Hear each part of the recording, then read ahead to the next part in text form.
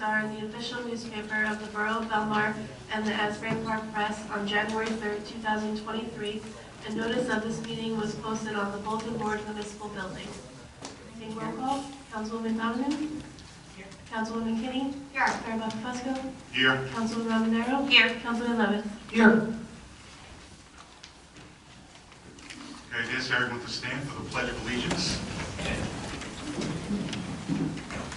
I pledge allegiance To the flag of the United States of America and to the republic for which it stands, one nation, under God, indivisible, with liberty and justice for all. Please remain standing for a moment of silence for our troops, first responders, and their families. And in addition, a moment of silence for two long-time Belmar residents who passed, Jean Murray and Dave Taylor. Their service to our community is very appreciated, and they will be greatly missed. Thank you.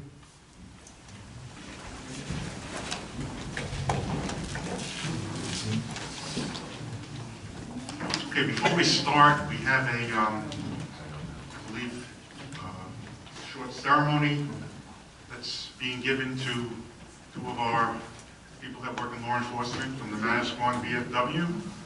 We just want to come up.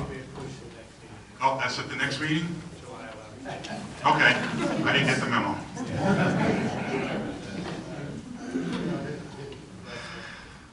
Okay, workshop. I'm going to start off with our favorite topic for the council, just to bring you up on our geese control issues. Okay. Very generally, you know, there's this whole geese control thing really needs like a two-phase approach. A short-term plan and a long-term plan. And after looking at this for a while with some of the people from the Environmental Commission, the short-term goal is really to try to get the geese away from the lake. And basically, the way you do that is through the use of the dogs, the border collies, who actually go into the lake and shoo the geese away. And that's the type of thing where it has to be consistent so that they don't feel the need to come back. And one of the other things that obviously we tried this year but should continue to be done in future years is the oiling of the eggs to make sure that we don't have any more reproduction of the geese. And the third component of that could also be removing the nests. After looking at all of this and seeing what's gone on in the past, I've talked to Mr. Kane, and I think what we're going to do is we're going to try to put that out to bid to a professional geese control company who would handle, you know, those aspects or anything else that they may say would work. So that's something we're going to start working on. I have a few copies from other municipalities. Because many municipalities in the state and the country have this problem. So, and I know that there are many businesses that do this type of thing. So I think that's really the first prong, short-term thing. The other thing we're going to try to do, and I know DPW director, I haven't talked to him about this, but I think one of the things we can do immediately is try to increase the perimeter of mowed grass around the lake. Because what that does is, number one, it takes away potential food from the geese. Plus, geese are very attuned to the line of sight, and if they can't see, a way out, they're likely not going to stay. So, you know, I think that will accomplish something, at least in the short run. The longer-term solution is really to have the geese not come back to our area, because they're very habit-prone, and they will come back because we have the perfect environment for them. You know, we have water, we have grass, we have a nice little island where they can breed, and, you know, it makes it very attractive. So one of the longer-term solutions, but something that would be started, you know, as soon as we can, is to basically modify the habitat. In other words, make it less interesting for them, so it really doesn't appeal to them. two prongs to that would be, number one, taking away their preferred food source, which is grass, especially Kentucky bluegrass. And the second part of that is to create a landscape where geese don't feel safe. And, part and parcel of that is also basically looking at the entire perimeter of the lake and seeing at the same time if we can improve that whole environment while we are also making the environment less, less friendly for geese. So we can actually engage an expert through the Animal Advocacy League for a site proposal at no cost to the town. And I think we're going to start on that, very quickly. And a person will come who's actually, I never heard this term before, but it's an eco-architect designer. And the specialty is really to design an environment where, the lake will thrive and the geese will not. And it has been done in other areas, so I'm very interested to see how that would work. And I think that's what we're looking to do, overall, to see what we can do to control it. We're not going to round up the geese and take them off and, kill them. That's not as part of the plan. So I think we have a very humane way to do this. Have to have a little patience. It's not going to be done tomorrow, but I think that's the plan for the future, and we'll keep the council posted as to how this goes on. Okay.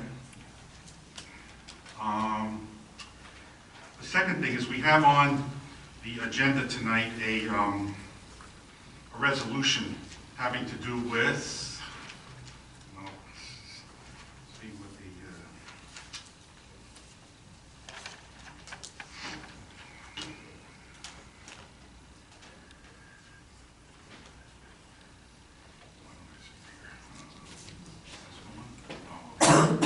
2023-164 is a resolution that the council will be designating Michelle Fasari and Maria Fasari as a conditional redeveloper on Block 106, Lot 1, which is the corner of 10th Avenue and Main Street, which used to be, in my day, it used to be the Belmar Fashion Corner, but I understand it was also Sensations.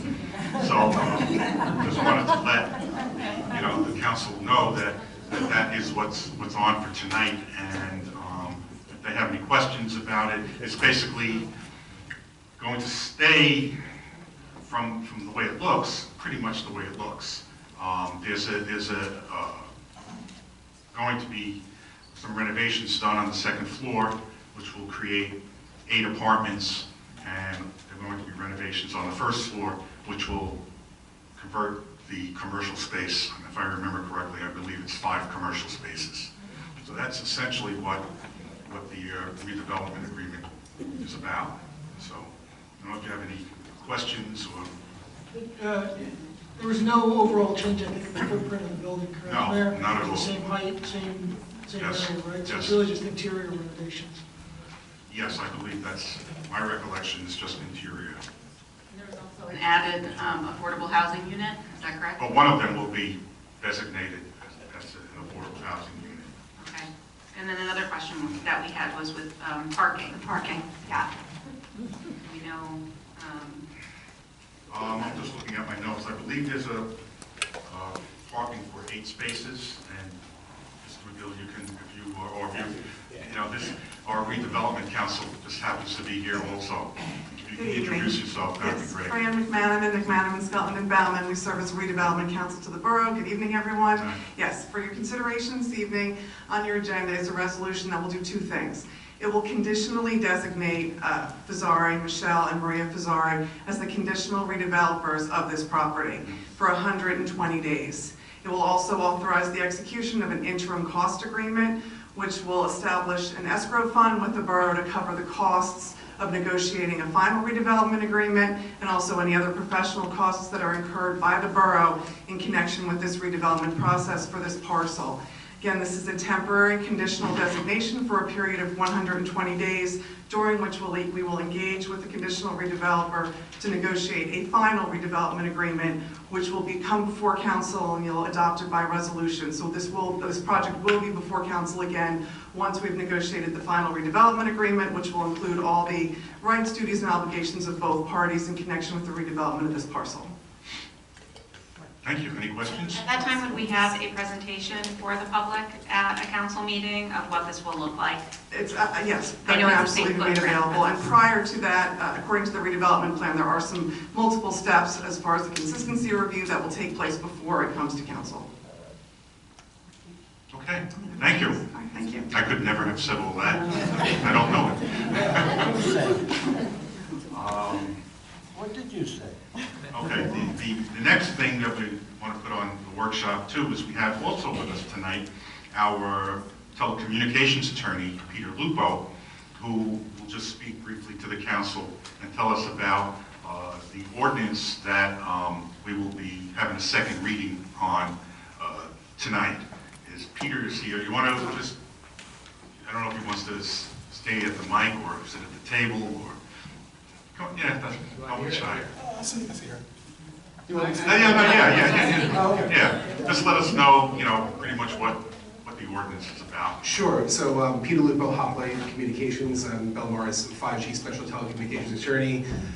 Good evening. So the purpose tonight of the ordinance is we currently have two ordinances of record on Chapter 43 under the Borough Code. Both of them are inconsistent with each other. So right off the bat, very difficult for an administrator to go ahead and interpret it when there are conflicting provisions in both these ordinances. Also, these ordinances have things that make it illegal or make it unlawful under the FCC. So some of the things it has in there is it's prohibitive of service. It requires the carriers to be in precise locations. There's a citing provision in the Belmar provision ordinance. Also, it charges unlawful fees for services that exceeds the safe harbor provisions under the FCC. Also, it's arbitrary and capricious, and it requires concealment poles in the entire area. So those are the three things. Additionally, the new ordinance, which will replace these two, have provisions which will allow the municipality to take as much control as possible under the FCC. There are provisions that have anti-proliferation, so that the carrier, when they approach Belmar, is required to go ahead and use existing infrastructure. So if there is a utility pole, they have to, as a right of first measure, to approach the owner of that utility pole and recycle it, rather than put in a new utility pole. Only if it doesn't meet their technical requirements will they be required, can they ask to put in a utility pole. Some other things I have in there, besides this anti-proliferation provision, is a noise ordinance. So it's incorporated there so that if it makes a loud buzzing noise or something that annoys residents, it's consistent with the state DOT, which regulates daytime and nighttime noise. They have to come and replace it. I have that experience in other municipalities where residents have complained. I help to resolve it in favor of the resident. Also, we have provisions where you can't use advertising. So if you're a carrier, you can't have a little sign over there. We want to keep this strictly related to telecommunications purposes that they're allowed under the FCC. Those are the principal provisions that are in there, and the purpose for the rip and replace effectively of the ordinances. Okay, thank you. He didn't say that he represents like 50 towns in the state of New Jersey and 2 counties also.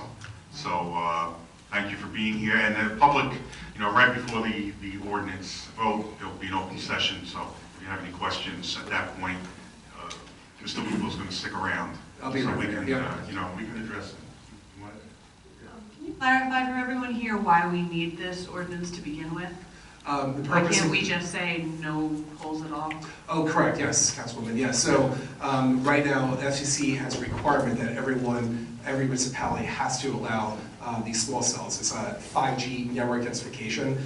So roughly the millimeter wave technology that's being rolled out now only covers roughly 1.5 to 2 football fields. And the FCC makes it incumbent on municipalities that they have to allow these small cells into the public rights of way.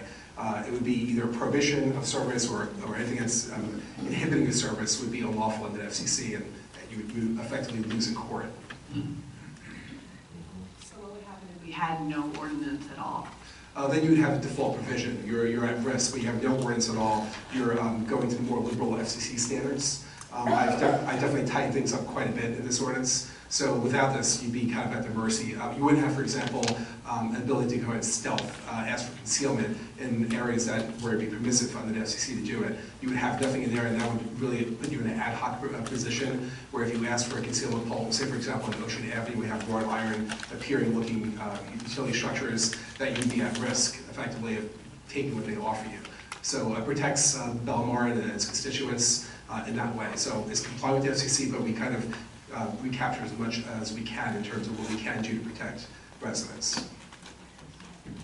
And also this is, obviously it applies to the entire borough, the ordinance, and would also apply to any carrier who wants to come in the future, perhaps, and build up a 5G small cell network. Correct, and there's two major carriers rolling out this 5G network. It's Verizon and AT&T, but certainly T-Mobile's going to get into it. I know they already have, I think Crown Castle is going to be their anchor telecommunications carrier they're going to use to put these poles up.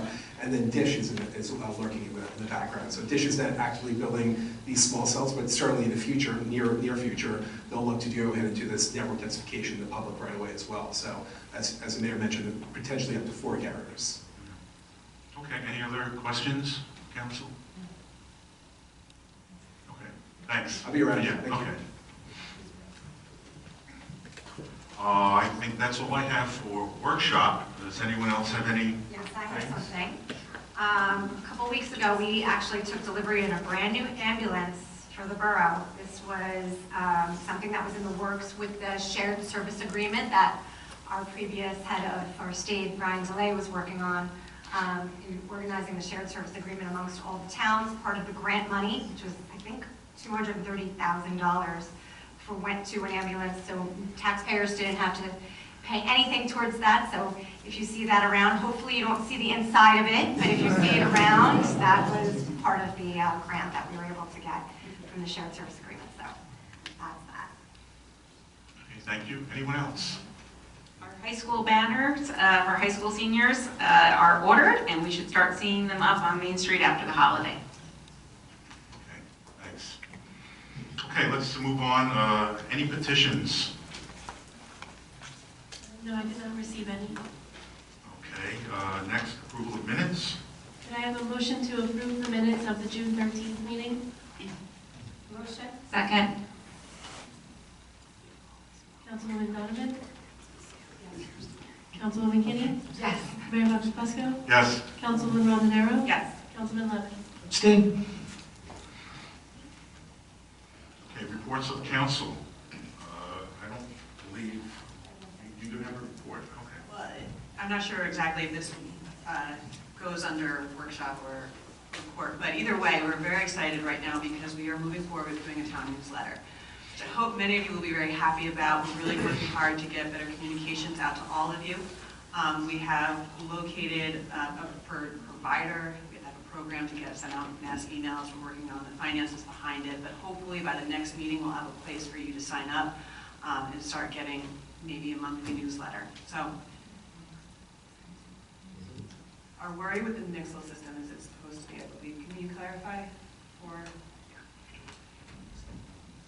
What would you oh, I think the Nixle system has to be supposed to be reserved for emergencies. Is that? Well, it can be community, there's 3 levels, community, advisory, and alerts, but the community notices would only go out by email and like a push notification, and then the advisory and the alerts would go out, phone calls and text messages.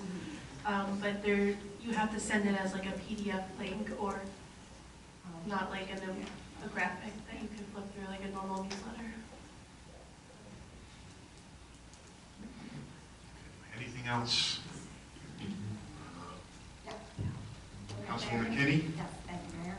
A couple things, starting with recreation. All the fitness classes that were up in Taylor Pavilion now are now in the recreation gym. So chair yoga, mat yoga, all around fitness. So check the website for the schedule for that. Friday night concert series is continuing every Friday at 6 p.m., weather permitting, right? This week it's Joe and the Highland Express performing. Luckinville Pops Band returns to Taylor Pavilion every Monday night, 7 o'clock, starting this Monday, July 3rd. And fall soccer signups are going on right now. You can visit the recreation page by going to belmar.com. Just a reminder that the Circle of Friends presentation is going to be presenting to the summer campers this July 14th. They're doing an anti-bullying and just acceptance of special needs presentation to the summer campers, which is going to be great. That's, again, July 14th at 11 a.m. And the next ADA meeting is July 27th. Shade Tree Commission, planting of new trees on Main Street is going to be happening this fall. We're going to be updating some of our fall plantings on Main Street. They're looking to update the website and starting a Facebook page. Fernwood Nursery is doing their fall tree sale again this year, so look out for information about that. And they're still going to follow up with the Master Gardeners to arrange for a pruning class in the fall, so keep an eye out for that. Around the schools, well, school's out, so that's great for all kids. And you can find all the school's summer hours on their websites. And then lastly, I just want to do a quick update about the Belmar Skate Park. The Skate Park Committee got our designs back from our designer, and they're awesome. Everybody's really super excited about that. It's going back and forth a little with the designers to tweak a couple things and change up a few things.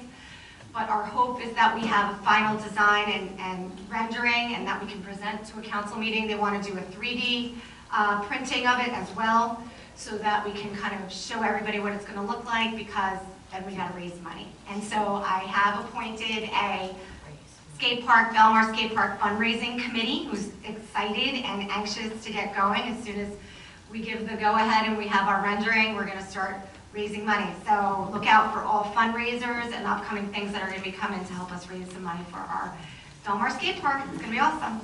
All right, that's my report. Thank you. Councilwoman Rondinero. Thank you, Mayor. I'd just like to offer my congratulations to our new council president, Mark Levis. He was out of town for work for his own nomination last week, so congratulations, Mark.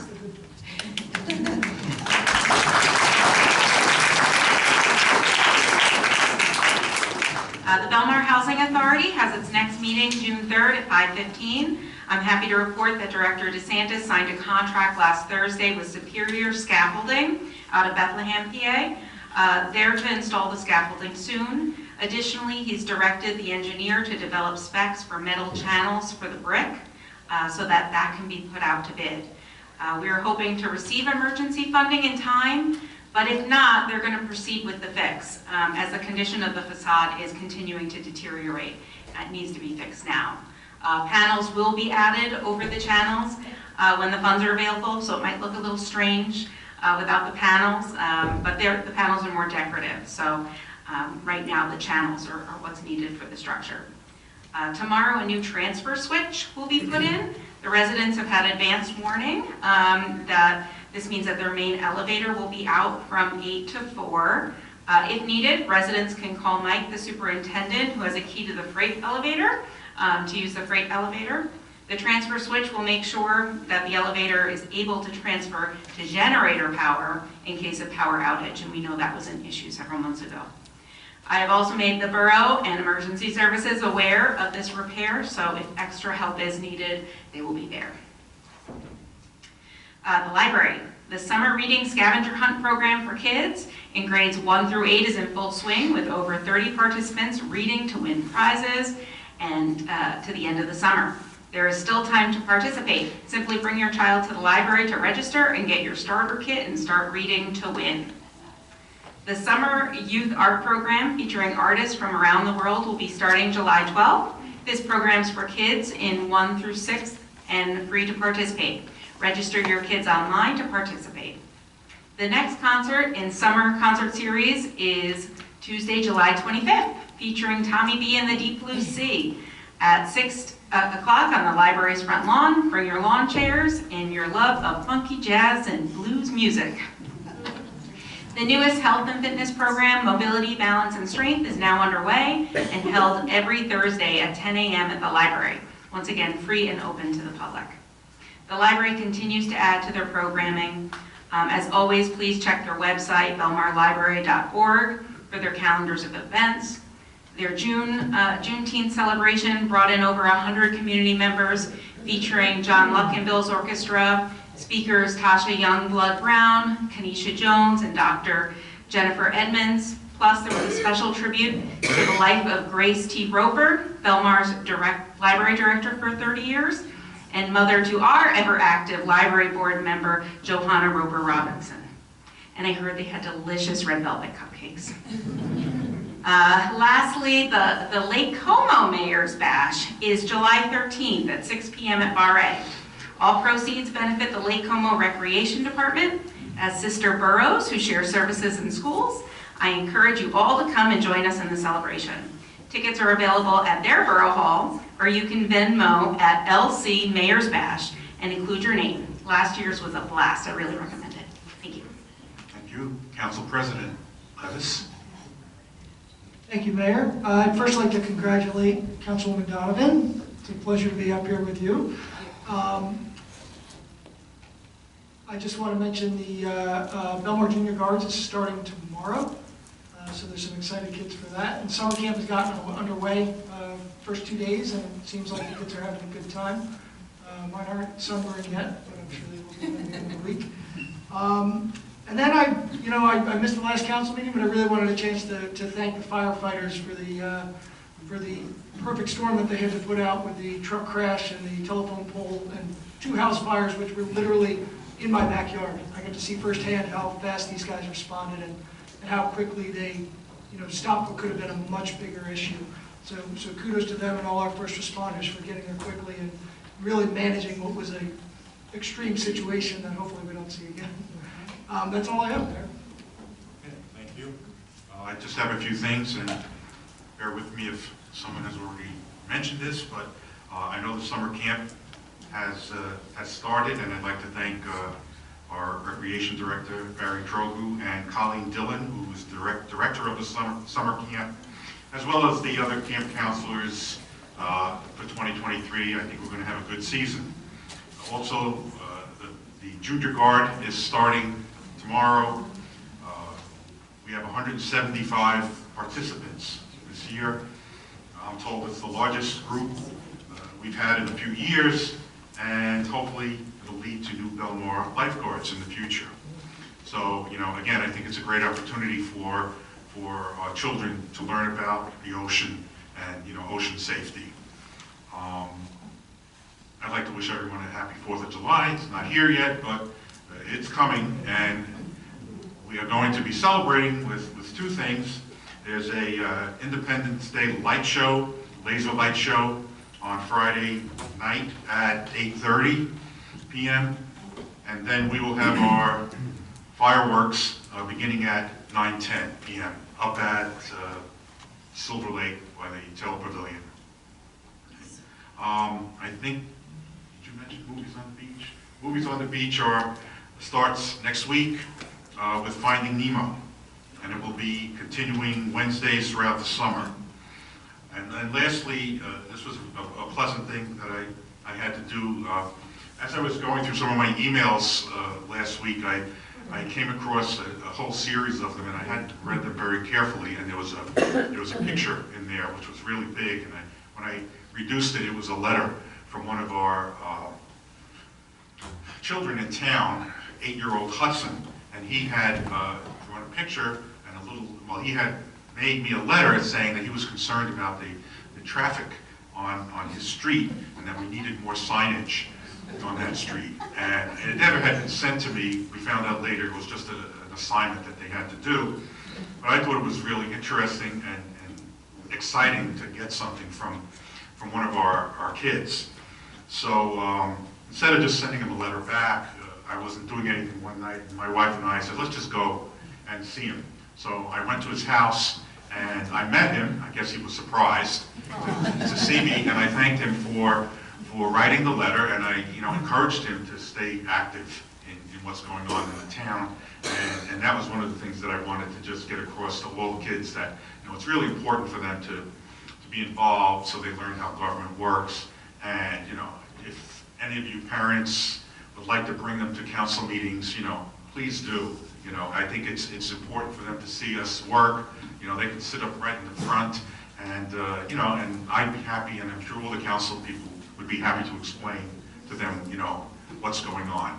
So I just add that as an aside, but we also have taken a few steps to try to address some of the problems in that area, and one of them was I think we put up some new signage and maybe a digital sign, 1 or 2 digital signs on, I think it was 17th and 18th Avenues.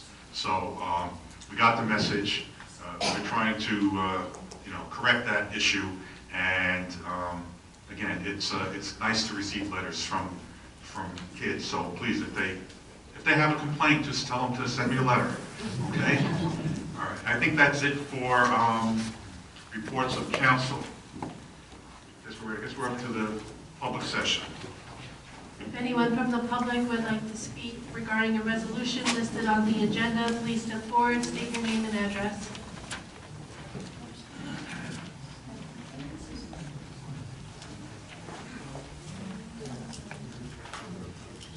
Good evening, Katrina Clapsis, B Street. I just have a question about resolution, the one that was put on at the end, I guess today, whenever, 2023-167, about the handbook, the employee's handbook.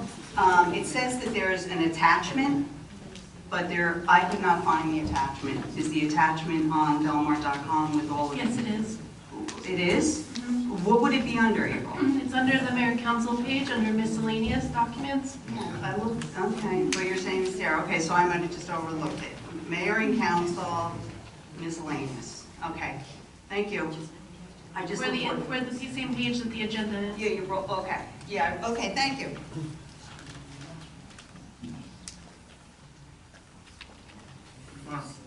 Oh, we do. That's okay, I'll speak up. Eugene Creamer, 4th Avenue. Resolution 2023-162. This is retail liquor consumption license. The number is incorrect. This is for 1000 Main, also trading as Jack's by the Tracks. I believe the actual number is 1306-32-011-017. The reason I picked up on that is because a type 34 license, which is what's listed on the agenda, that is a seasonal license. And I believe the text of the resolution, the first paragraph of the resolution itself, I believe it does correct that. Okay, so it looks like it's just in the heading of the work of the resolution. Correct. We can fix that. Okay. 2023-163. This is a resolution authorizing issuance of seasonal retail consumption license 1306-34 to 1000 Main Liquor. The last time that we had a seasonal liquor license was for DJs, and if you recall, we had to amend that resolution to include the additional 14 days that the seasonal license holder is entitled to. I'll defer to council on Yeah, that. we did put some additional wording in that last resolution for DJs. I don't have it handy. I think we should be consistent and probably should add it in this resolution as well. And I think we just put in wording that said or otherwise, they can operate as otherwise they, as otherwise permitted by law. And that's in reference to their ability to request certain days that they are allowed to be open. During Outside of the season that normal. they're usually closed. So, April, I don't know, can you look at that and see what we did and just do it again just to be consistent? I'm looking for my notes. I don't have last. So that go on again at the next meeting. No, we had to do it this meeting. We can just, Thank you, that was my only comment. Okay. The last meeting with DJs, you just right. amended the It's not- resolution. It's not really necessary, but to do it, but what we did was we added,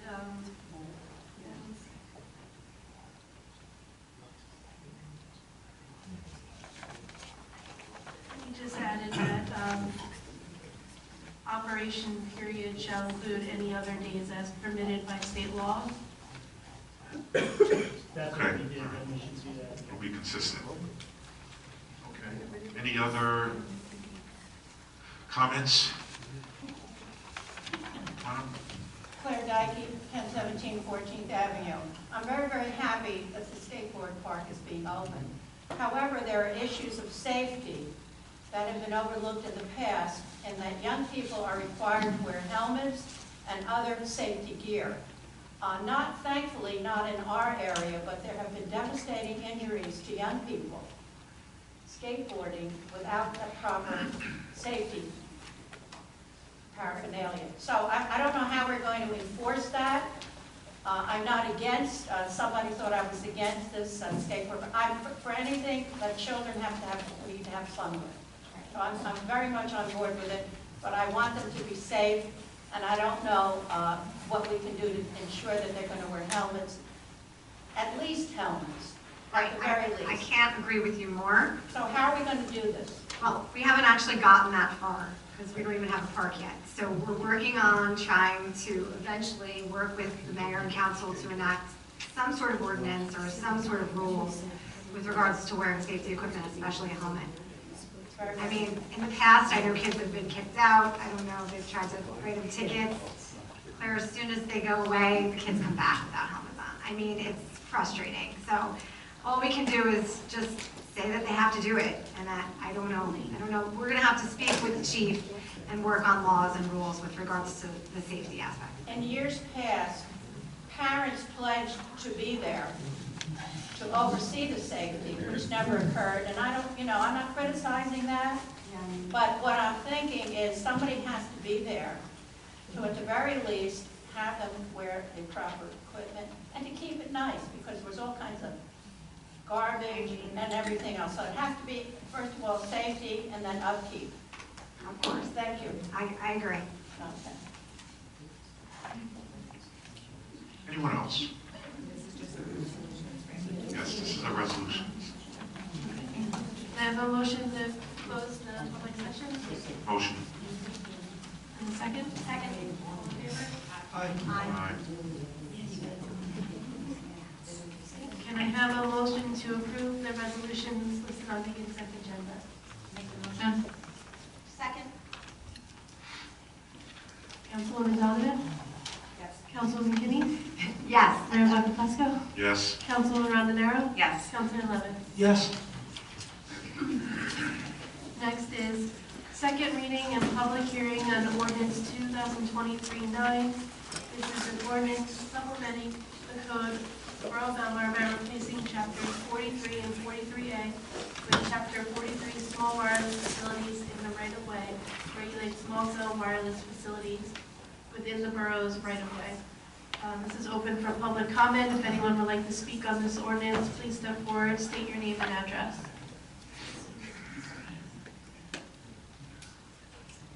Mr. Creamer? Eugene Creamer, 4th Avenue. I guess we call this chapter 43B now, right? Been through a couple of these. him the microphone? Mr. Lupo, would you mind giving him the microphone? Thank you. As you already said. Eugene Creamer, 4th Avenue. What I saw in here, and actually the thing I was most interested in is the two exhibits. Are those exhibits available? One of them is supposed to be a decorative pole, and the other one, I guess, is locations that the borough prefers for where these poles would be mounted. It's very hard for me to comment, and I think for any of us here, to comment on an ordinance where the actual exhibits as to what something's going to look like. I don't think this ordinance is ready for showtime because we don't know what we're approving.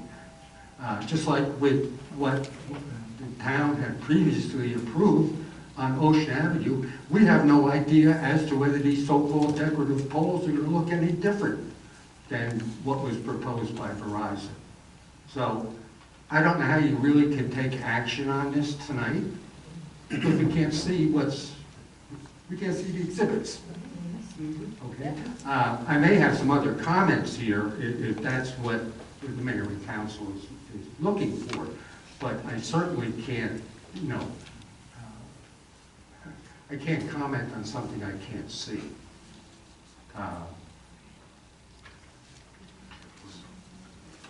Mr. Kramer, Peter Lupo, I drafted this ordinance. So good questions and good points raised.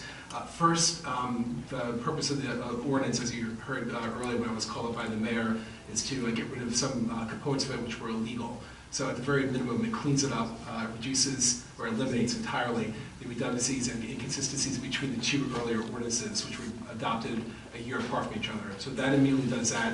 It makes it SEC compliant. And as mentioned before, it gives us more ability to control what is done in our public rights of way. As to those two exhibits, which are not available just yet, there's two exhibits. One would be the siting locations and then the design element. That would be something that I could discuss with the mayor and town council and other officials about different locations and preferences in terms of decorative poles, which would then be taken to the town council for review in terms of their preferences, and then brought before either a town hall or a duly convened mayor and council meeting, however the business administrator and the mayor decides best to do it. But right now, anything that would be chosen in terms of locations and in terms of the decorative look would be something that would be something discussed amongst your elected officials. I guess my question here is this leading to 43C?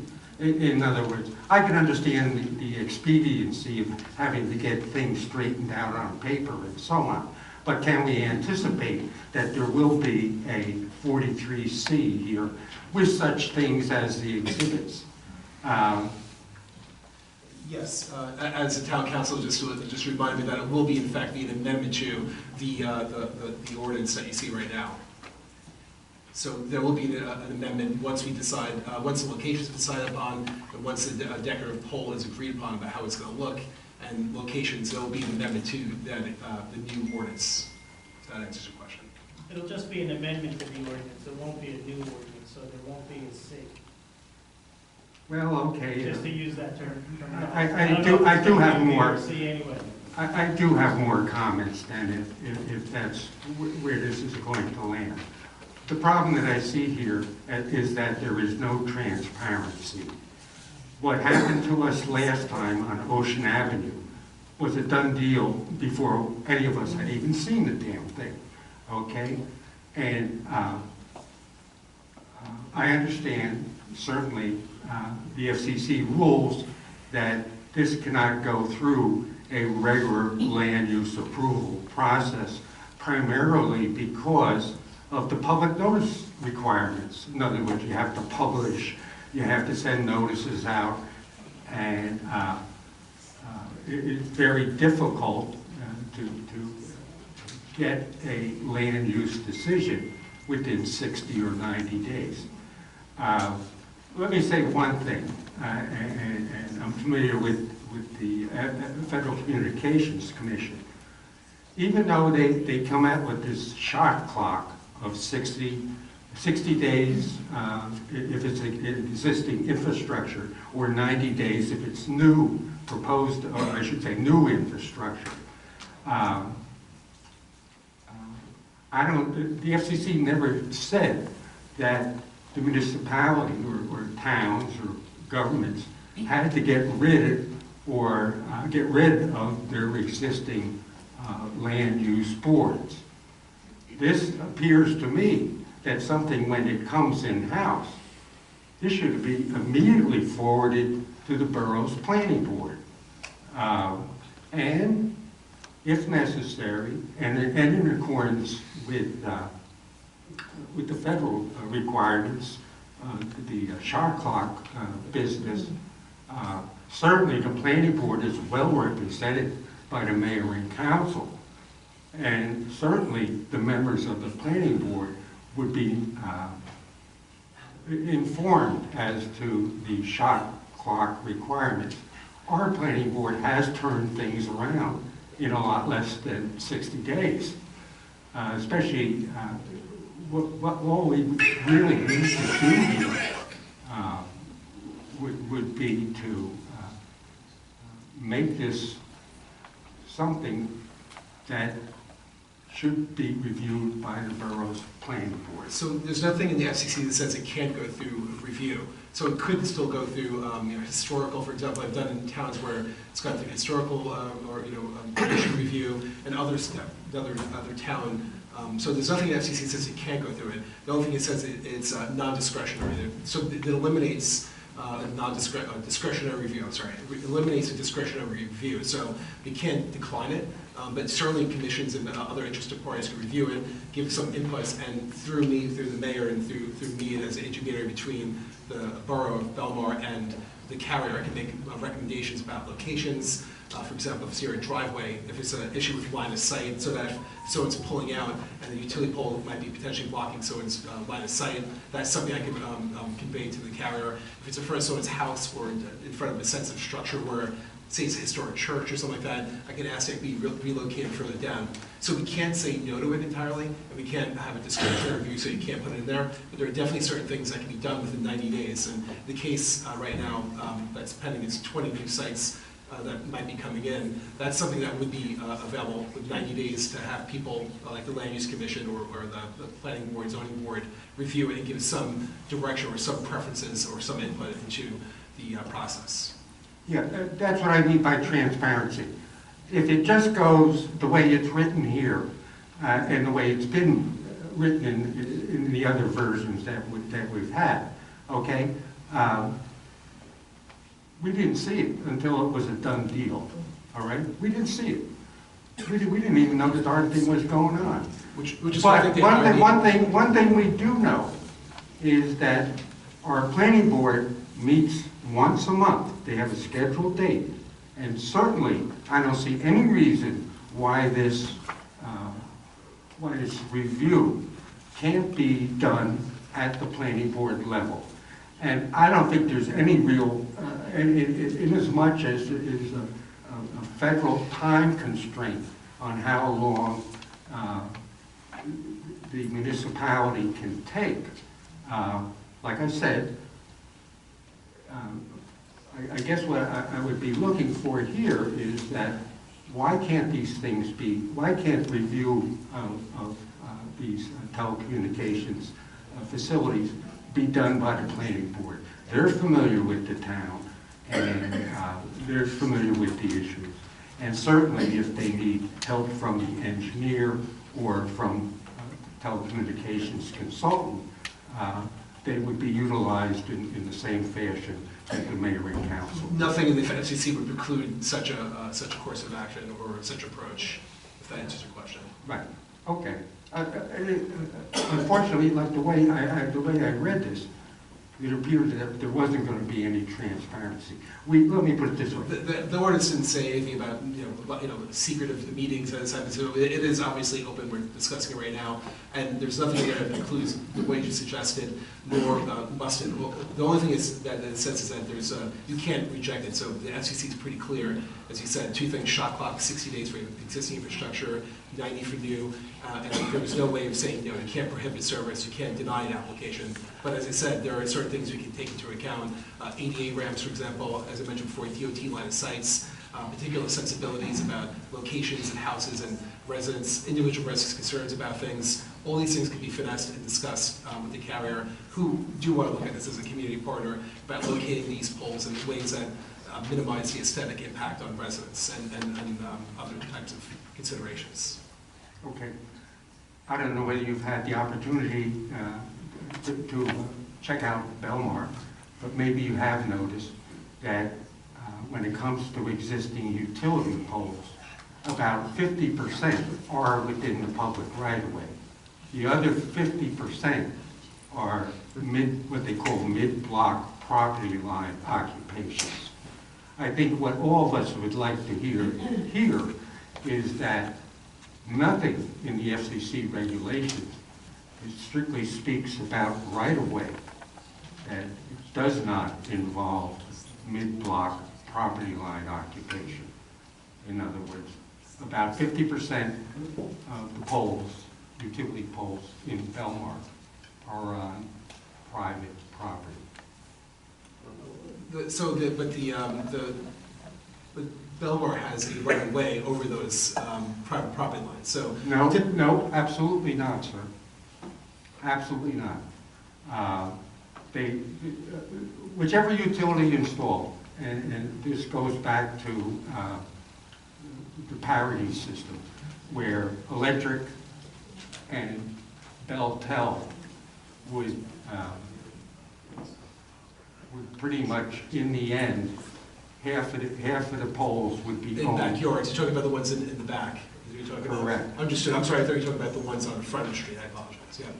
Okay. So this does not. So that is not public right away. I just want to make that clear. So correct. Yeah, I didn't know what you were referring to. I thought you were talking about on the front of the streets. The street and sidewalks themselves are public rights of way. I didn't understand you were talking about the backyards. I understand that. Okay. Yeah. Plus, we have some areas in town, Inlet Terrace being a good example of it. The property line runs to the curb line. Okay. It does not include. In other words, the borough's right-of-way does not include the sidewalk or anything else. The property lines reads into the street right to the curb. So in those areas, and I believe River Court may also be the same. We have some areas in town here where literally, I don't know where they're going to put poles. Let me put it that way.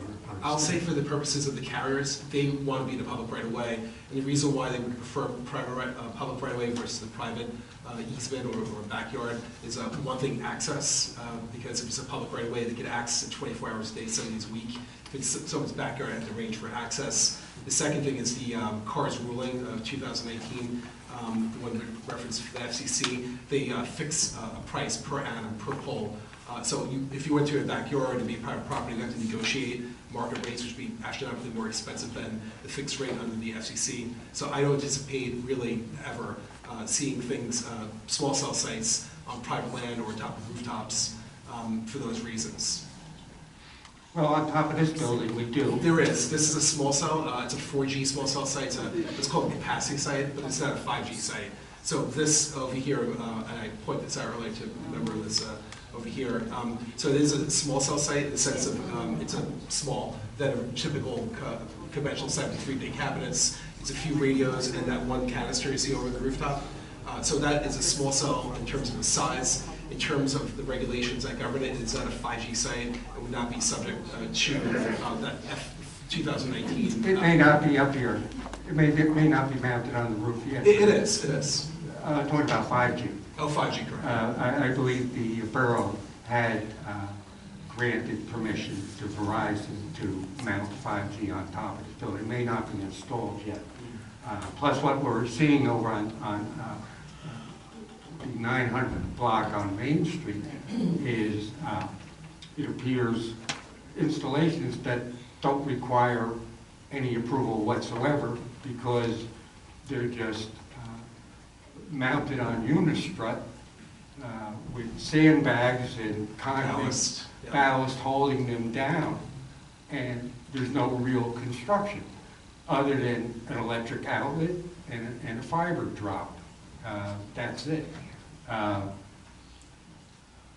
guess that the telecommunications companies, although they've done this now in a couple of places, really shouldn't the borough be encouraging, instead of utilization of the right-of-way, letting property owners host an installation?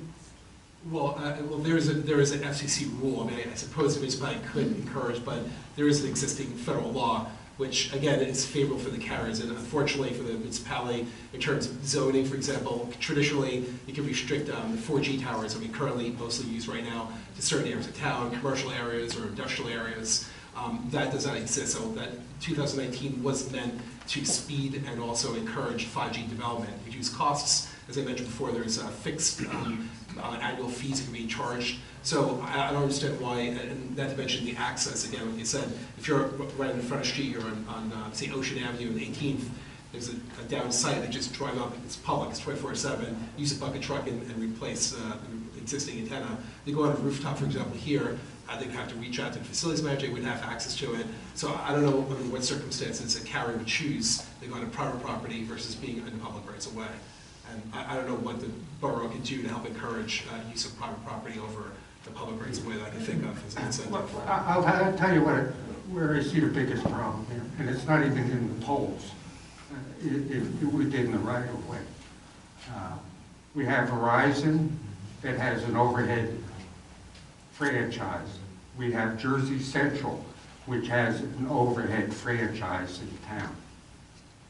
They literally can run wires all over. Just to distinguish two different things. There's Verizon Telephone, which you mentioned is a franchise agreement, and those are usually a bunch of municipalities that have a right to operate with utility poles as a Board of Public Utility regulated entity. And there's Verizon Wireless, AT&T, T-Mobile, which are FCC regulated. They're two different types of entities, but I just want to make sure that you understand the distinction between. Yeah, I do understand that, but what we've seen so far is that Jersey Central has, when it comes to a service connection, they have not changed their tariff one bit. In other words, it requires a meter set and a meter, okay? And they will run the wire anywhere within the right-of-way that they feel suits them.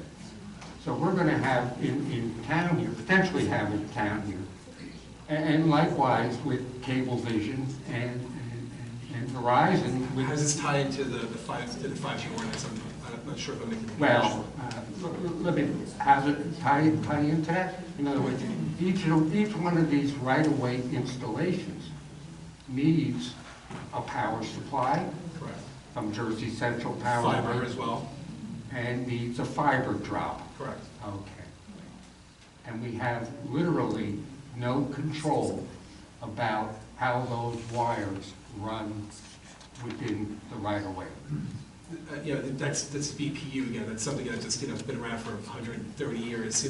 It's something that just exists and it's a fact. One thing we can do as your consultant is to ensure that that the work is done in a neat and orderly manner. Make sure I've seen before here in Belmar, when they first put fiber in separately from 5G, that they had coiled wires that hang all over the place. One thing they could do is make sure it's done in a nice orderly manner, so that there will be aerial shots for both fiber and power, to make sure before we close out the permit, we do a post-construction review, make sure everything is done in a neat and orderly manner to kind of address some of this. But in terms of the aerial runs themselves, we don't have control of that. But where we do control, that's something I could advocate for the constituents of the town.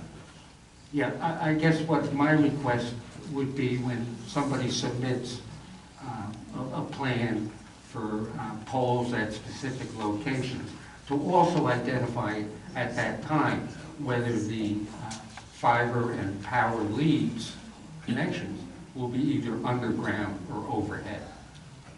If it's going to be on Ocean Avenue, that would be something we have to look into, because I'm not sure if power, especially on the eastern side of the street, may involve trenching, something we want to avoid. But certainly on the side streets or at 12th, Ocean and A, whatever it is, all those have existing connections. They have electrical attenuators that run from the main power line to the other side of the street that they can co-locate to help reduce the amount of carriers and poles that get put in there.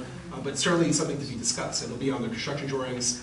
And before they even do an application, they'll most likely reach out to the business administrator, say, hey, we have about how many sites, 30 sites we want to put in, and we'll do a pre-construction walk with the carrier. We'll take into account, as you mentioned before, if the town and council wants to do it. I don't want to speak to see how they want to handle it. They want to go to the zoning board or planning board. We can take some of the input, walk with the carrier, and talk about things like area runs for fiber, for power, and also talk about designs, appearances, looks, and locations, and take some of the particular concerns of however the town council wants to handle it, and factor that into and discuss it with the carrier when they first approach the town before permits are issued.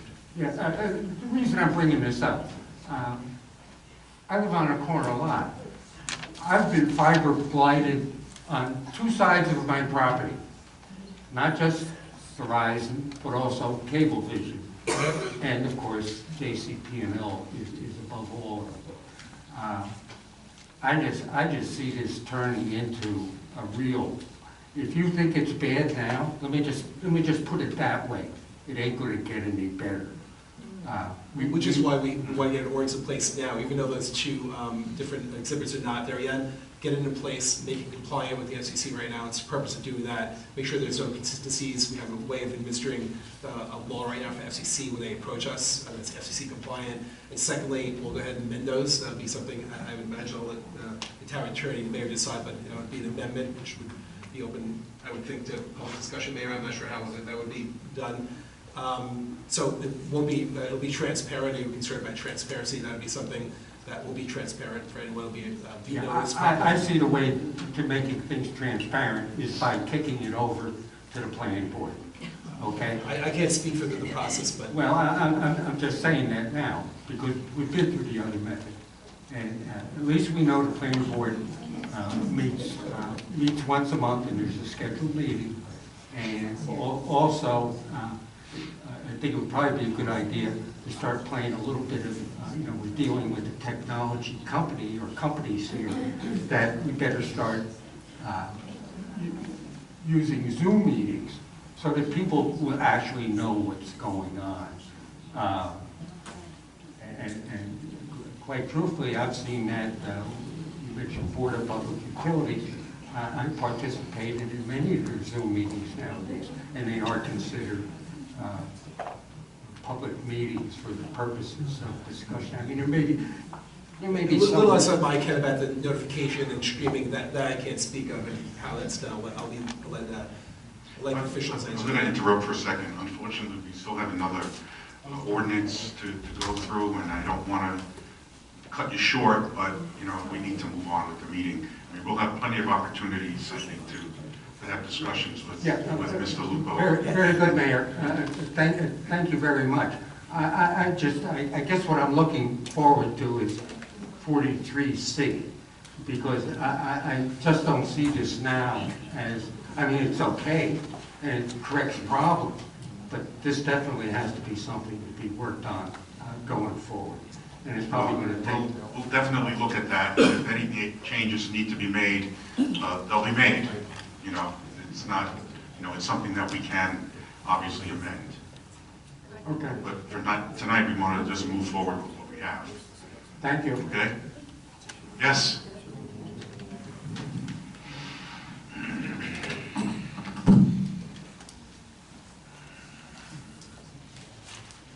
Hello again, Katrina Classes, B Street. I actually have a question about, does this ordinance pertain to, I don't know if everybody's aware that there is a permit application for a building on Main Street, 917 Main Street, from Selco, wanting to put a tower on top of that building. And obviously it's a private building, but I wanted to know if this ordinance, or are we going to put any ordinances into place about private property people putting these cell towers on top of their buildings. Is this ordinance going to have anything to do? It will have nothing whatsoever. This has nothing to do with private property, and it sounds like Private 4G, so this doesn't regulate 5G in a public rights of way. That's a separate Okay. ordinance that regulates that. So then, having said that and knowing what we've been going through with all these towers and the concerns everybody has about 5G, this doesn't say whether it's 4G or 5G, it just says tower. What the application that I see, it might be deeper into it, but I'm just looking at the first page, Cellco partnership control with Verizon, and they have an application in for 917 Main Street in Belmar, to put a 31-foot rooftop tower, blah, blah, blah, blah, blah. Are you guys aware that this is even in play? You are, right? Right. So, can we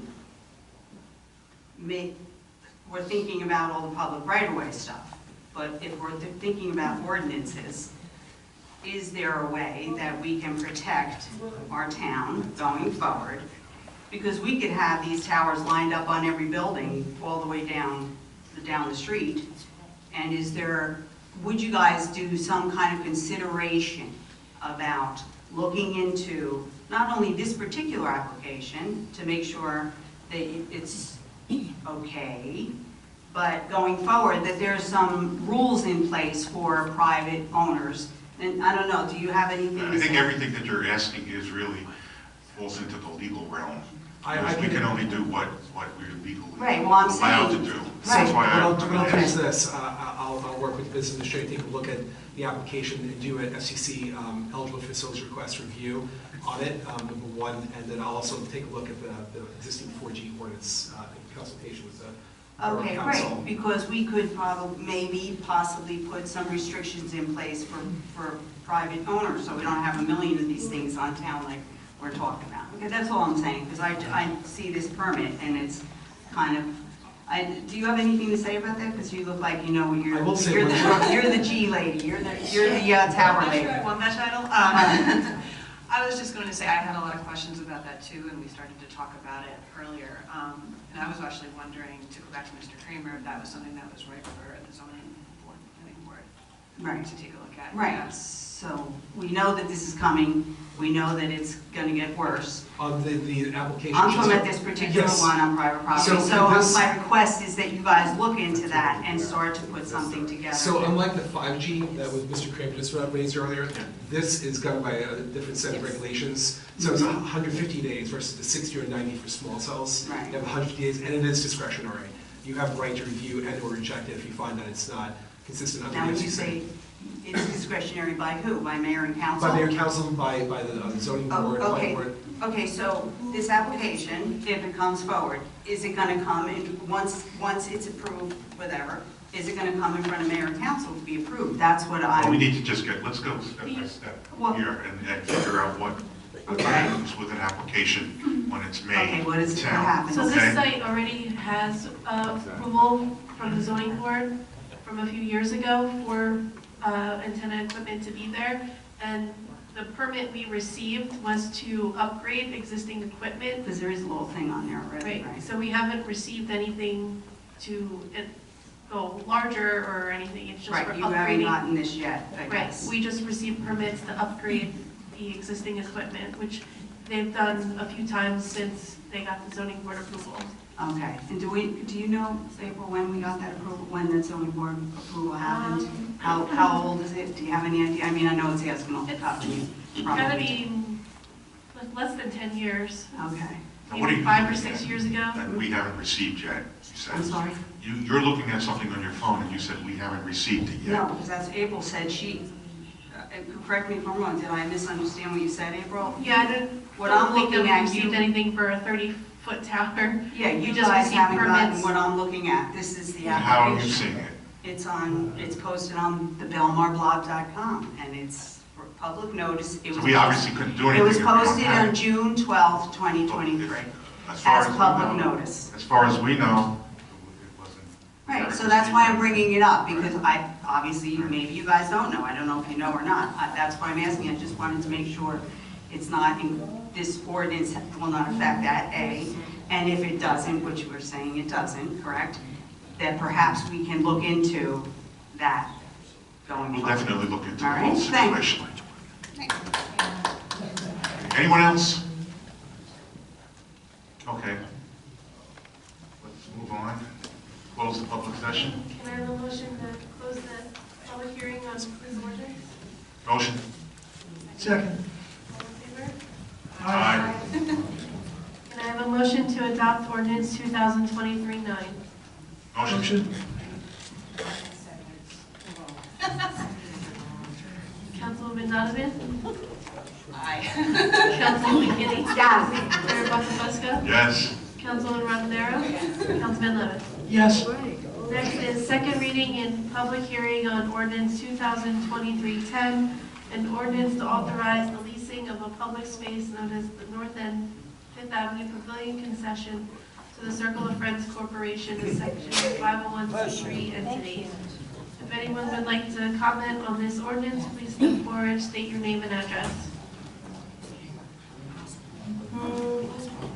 Good evening, everyone. I'm not really a public speaker, but I feel like it's one of the things I should come forward with, being a parent and also being someone that most of you know. Oh, first of all, I live at 402 9th Avenue, and my name is Carol Ann Capoli. I forgot to say that. But anyway, we're here around 13 years. We've had property here for 40. Since we got here, we extended the Circle of Friends with Belmar. And I have to say, since we are here, I want to thank this council and mayor and the past councils and mayor, because they've always supported the Circle of Friends. For those of you who don't know who the Circle of Friends is my husband and I and my family started the Circle of Friends over 26 years ago. We're here 13 years now. And we started out in Bloomfield, and our purpose was to support young adults that are out of school to social life, because after they're 21 in school, especially when it came to our son David, because he was bused out of district, all of his social life just ended. So with a grant that we got from a person who wanted to give away money, who is now, I think, a judge in Newark, Mr. Martini, and now he's Judge Martini. His father had a portion of his estate that he wanted to give away to a nonprofit, and that's how we started, with $10,000. We have then grown to Belmar, besides Bloomfield, now here in Belmar. We have been very successful, and only because of the support of our town, our businesses, and many people that have a great heart and look out of the box. So with that said, and thanking you all for that, I really want to be here as a representative of our group. Now, for many of these parents and young adults who are here before you tonight about the cafe. And mostly as a parent, I want to come before you because it's not a sad story. It's because our kids have a lot of abilities. And this is a good and a purpose that all of us fight for our children when they grow up, to have a job and to be part of societies in their own communities. So with that said, that's why I'm here. I'm here more as a parent because most of you know what the Circle of Friends has been about because you've supported us since we're here. So as a mother, I'm here before you for that because I want you to know that I know all of us as parents want our kids to get started, but I want you to know it's a little bit more difficult with our children. And this opportunity that we have, I hope you will vote yes, because it's not only an opportunity for them, it's an opportunity for our town because there are other places that have set up something, not many. I know there's one in Manasquan and there's one in Middletown. And it only brought success, not only for our kids and for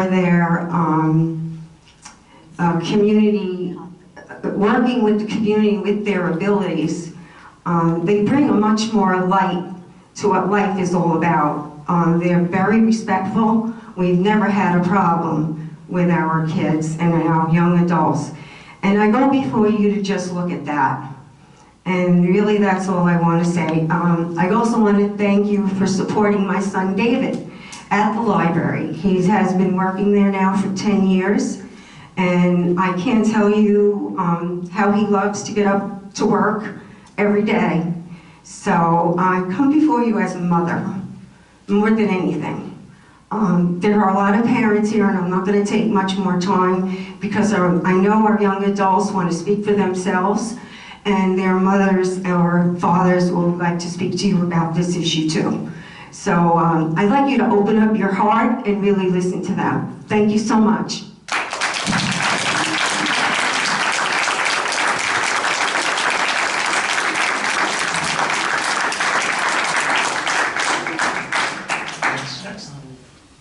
My name is Bill Young. I live at 1702 A Street in Belmar. I am a Circle of Friends board member, and I hope everybody is going to vote yes today. And not only is this a good thing for Circle of Friends, and I'm not going to tell the story that was already told to you, but this is good for the food and beverage operation that is much needed on the boardwalk in that part of town. Our menu is going to be French fries, chicken fingers, ice cream, cold drinks, and that's what people want to eat. So it's going to serve the Circle of Friends, it's going to serve people who want food and beverage, and it's going to serve Belmar as a whole because this is the right thing to do. So I hope everybody on the dais tonight votes yes. Thank you.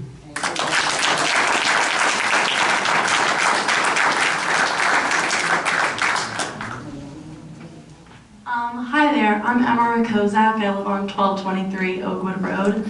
I'm speaking on behalf of my twin, Sophia Rakozak. She's away at summer camp, so she can't be here. But I just want to say that I truly think that this will be an amazing opportunity for our community over here.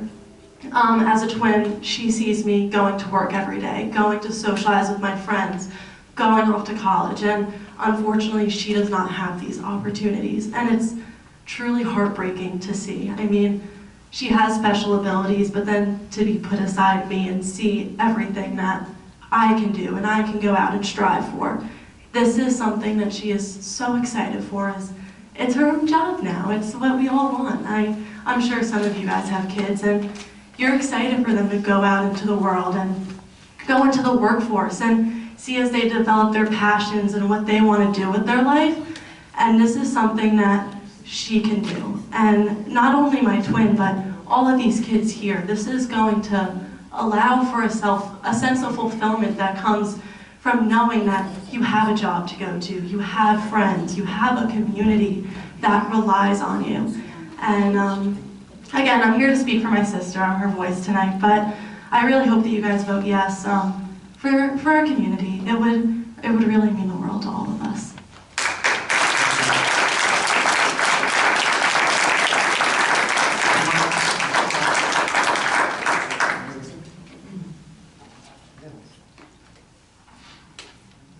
Hi, I'm Mrs. Council III. My address is 1351 Tamarack Road, Massaquoi, New Jersey, 08736. My name is Vincent Council III. I've been a member of Circle of Friends for over 10 years. I love Circle of Friends and all the members. I enjoy socializing with my peers. I love participating in many activities. I am especially excited about the Circle of Friends Cafe. It will be a great opportunity for myself and all my peers to help and serve others through my work at the cafe. I want to say thank you, Councilwoman and Mayor Bud Fusco. God bless you all.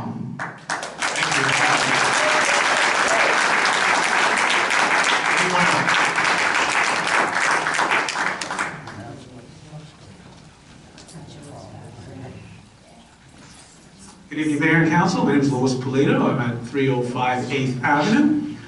For the past 6 years, I, in my position as a library assistant at the Belmar Public Library, has had the joy, honor, and privilege of working with a special needs person, my good friend David Capoli over here. And I can tell you from direct personal experience that giving job opportunities for special needs people is such a beneficial thing for both the special needs individual and for the employer and for the community at large. The social interaction alone is priceless. It gives them the social skills to interact with people who are not special needs in a way in which they can be confident in their ability to grow and interact as they get older, and then they come to the times in their lives that they may have to face the world on their own. That is key. It benefits the employer and it benefits the borough in general, because what a greater way to show our patrons how much we support, embrace, and welcome our special needs community by giving them support and putting them front and center to deal with our patrons and our customers. And finally, since most of the people they'll be dealing with will be visitors from out of town, what better advertisement to our visitors to show that our town is open and supportive of our special needs community. That is so key in making the image of Belmar to the outside world so much better and positive. Supporting different groups, supporting different people that has had different challenges in their lives has been historically part of the DNA of Belmar's history. And when it comes down to it, when you look at all the different situations and circumstances that brought us to this point, okay, we're here, and the choice is simple. Do we support our special needs community, or we do not? One answer is in our DNA. The other answer isn't. And I urge you to support the special needs community, the circle of friends, and approve this thing, because it's part of what Belmar is. Thank you very much.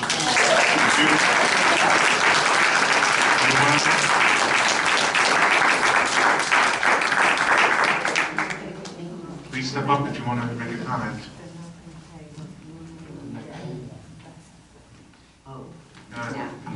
Vertically challenged. My name is Camille Witkowski.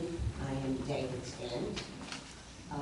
I just want to thank you for my part. Can you just hold the mic is not operational there for a second? Fix that.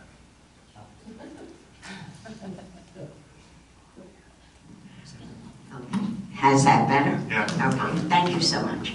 Again, my name is Camille Witkowski. I am David's aunt. Carolyn is my sister. I may break down a little bit when I'm reading this.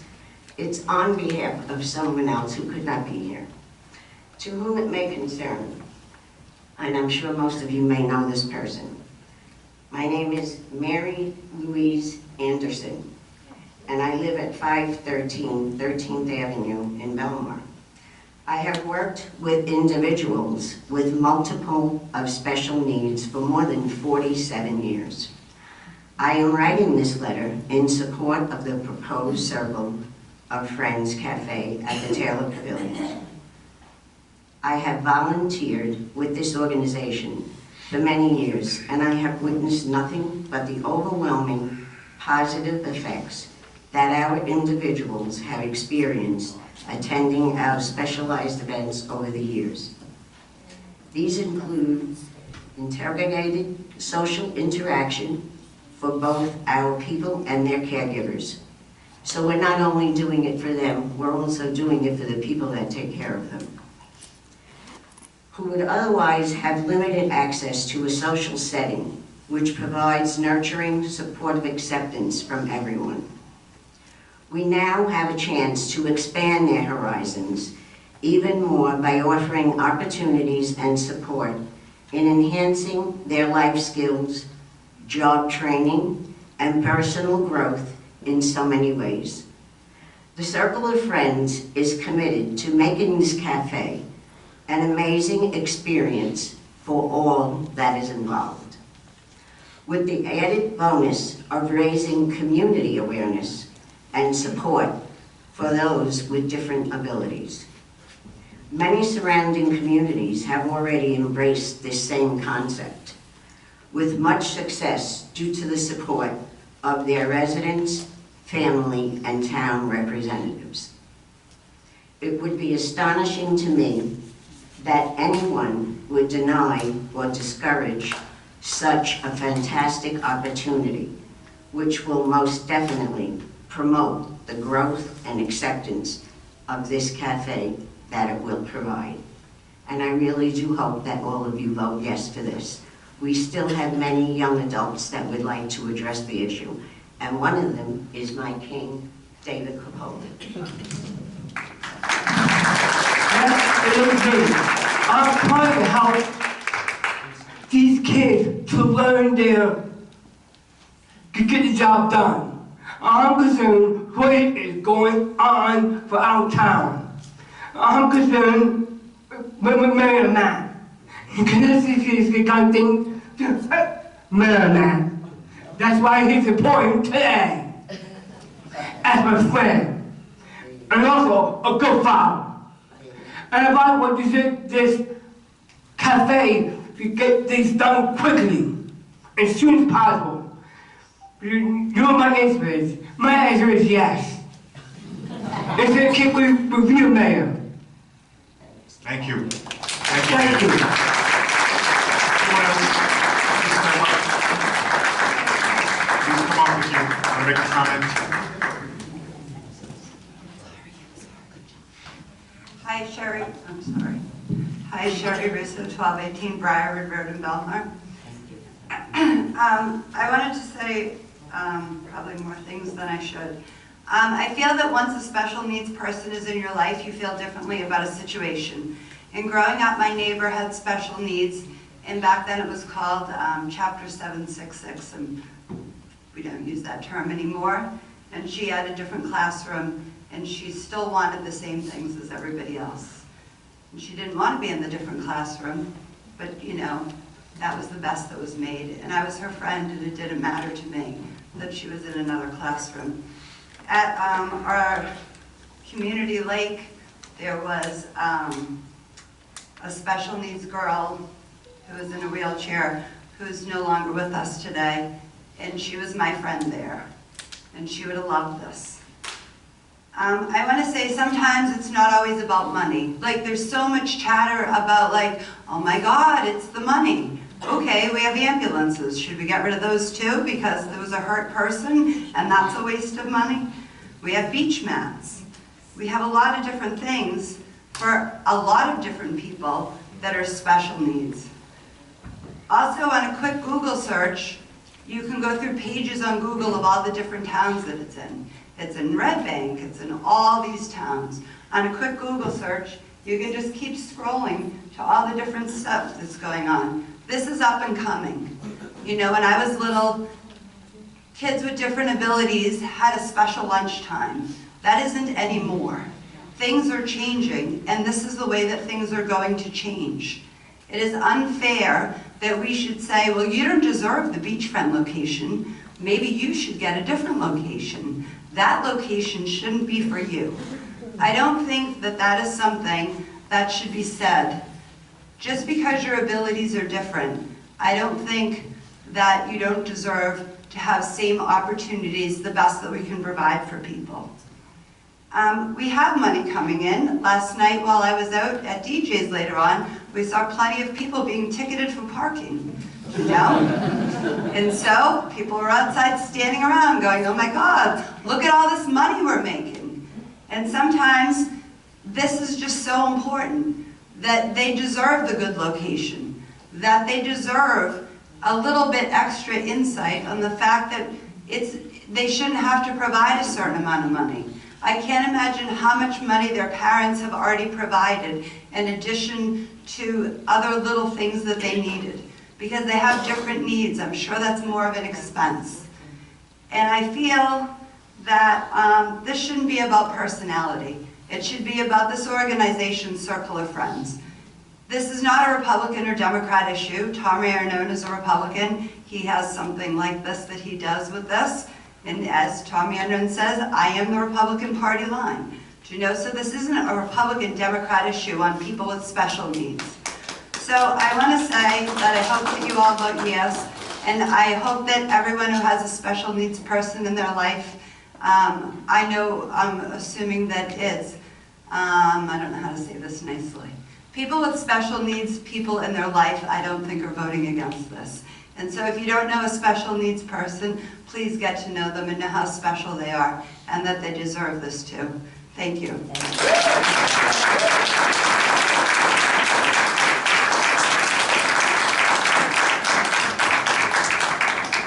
Anyone else? Hello, my name is Robin Tomasula. I'm Vincent's mom. I also live in Manasquan, New Jersey. I'm sorry, I'm short. Thank you. The Circle of Friends is a great organization which we've been a part of for more than 10 years. I love the Circle of Friends, and so does my son. All the young adults enjoy many recreational experiences. I am honored to be a part of the Circle of Friends. I believe with my heart that the Circle of Friends Cafe will be a great opportunity for our special young adults to work, help, give back to the community, and have a strong purpose in their lives. I would like to thank all the councilmen, women, and of course Mayor Buckafusco, Mayor Jerry, you know, and please vote yes. Thank you. Thank you. Anyone else? Please step up.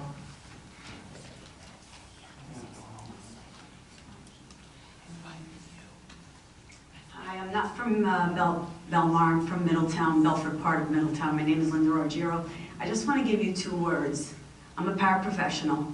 Inclusion and self-worth for these young adults. It's what anybody wants. They want to work. They want to be part of the community. You know, inclusion means inclusion. Basically, everyone is out there. You got to give them a chance. It's not a disability. It's their ability. That's what you got to look for. Because everyone has ability. You just have to find it, reach, and give it to them.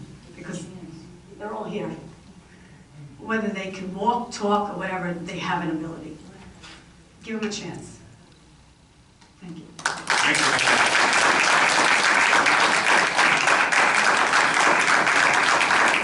Anyone else? Come on up. Can I go put it in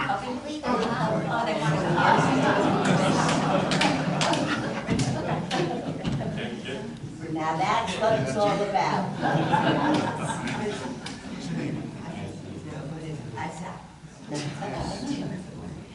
Excited? Yes. Good. Bless you.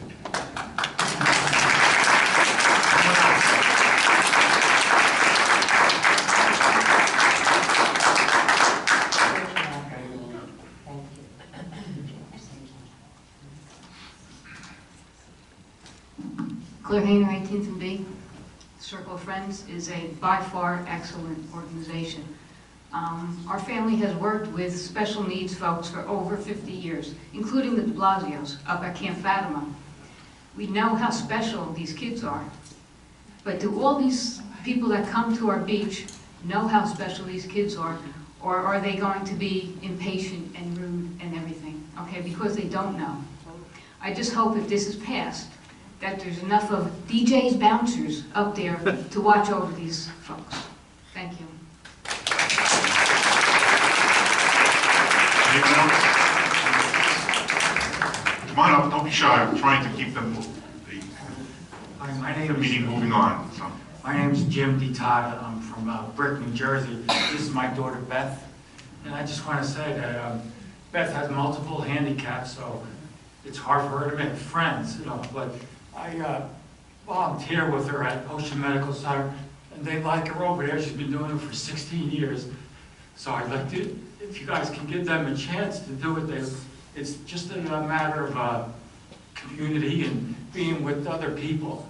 A lot of times, the special needs people don't have a lot of friends or can't make different things, so this would be a great thing for them. Thank you.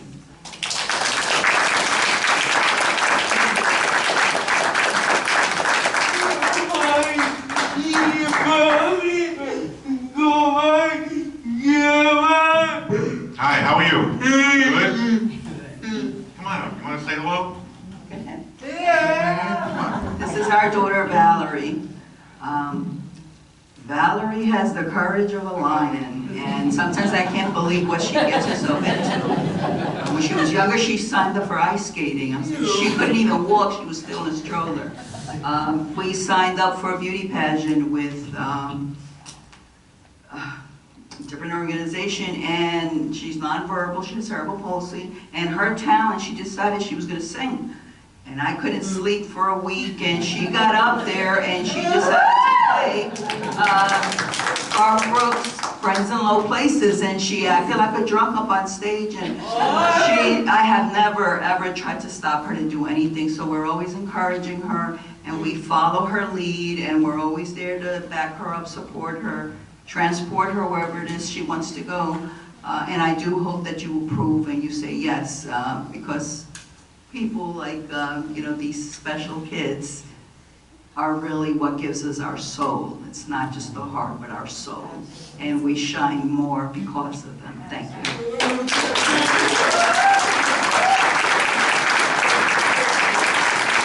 I'm from Jackson, New Jersey, and we love Belmar, we love coming here, and cafe will be an attraction to Belmar. What was your name, sir? Julio Carajulo. Thank you.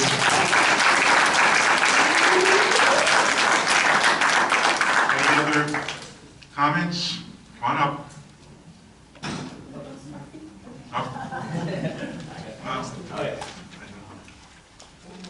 Barbara Cooper, I live in Wall. I'm a Circle of Friends parent. Just something else to keep in mind. My daughter was working, she was one of the lucky ones that actually had a job, was working at a Wendy's for 7 years, and then COVID hit. So our community already is underemployed, and there aren't really very many opportunities, and then the few that existed, COVID really took away. So this is such a fantastic opportunity for them to get their foot back in the door and start the ball rolling again for the opportunities that would open doors for them. This would be great on their resume to say that they worked at the cafe, and then it would probably snowball and give them opportunities to go back to a Wendy's or back to a McDonald's, or there's so many things that it could open up. So please take that into consideration too. It isn't just that there's such a lack of opportunity. COVID then took so many of those away, so this would hopefully get them back to where they were. Thank you.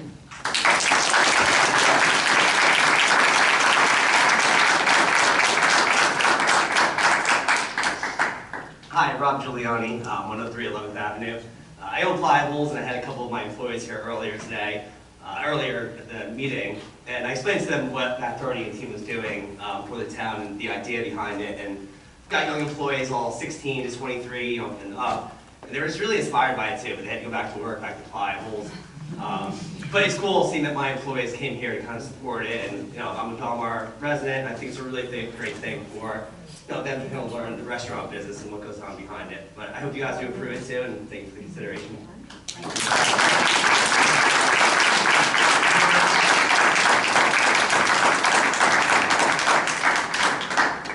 Okay, I think, Can I have a motion to close the public hearing?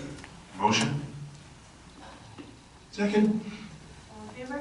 Aye. Aye. And can I have a motion to adopt ordinance 2023-10? I'll make the motion. Second. Councilwoman Donovan? Can I take an opportunity to say something? All right. So many people have talked to me about this ordinance over the last 4 weeks, really. And I think as a council, we have a duty to act in the best interest of the townspeople. Certainly, that includes financial management. At the last meeting, people brought up some points about the way this was advertised. And we looked into it. I believe it was done by the book. That doesn't mean we should maybe review the book, maybe update it, make sure things don't go empty again. But I also think we have to look at the timeline. I looked at both proposals. The other big question that we haven't talked about, that's the elephant in the room here, is for $4,000 a month for 5 months. But that 5 months is no longer on the table here. We're really looking at a couple of weeks. So the amount in total is dramatically less. And so I know we have an obligation towards financial management, and we have to talk about financial costs, but I think we also have to talk about human costs. And I think the human cost is in this room, with all the people who've spoken here tonight. I mean, I work, my day job, I work in patient advocacy.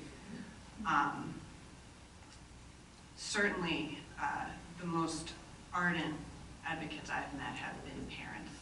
Mrs. Capoli, you said you weren't a public speaker. You were wonderful. And certainly, in my job, I know that families and caregivers in particular, they need support, they need stability, and they need community. And I think not only does Circle of Friends provide that, but I think Belmar can provide that too. I think in this particular instance, although valid arguments have been made about management and financial responsibility, the human responsibility here is larger and it outweighs those costs. So for me tonight, my vote is yes.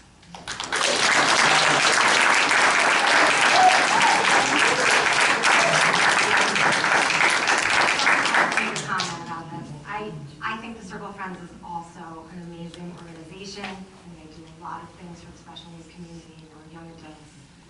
Need an outlet to be social and go to dances and karaoke, and I think Carol's done an amazing job.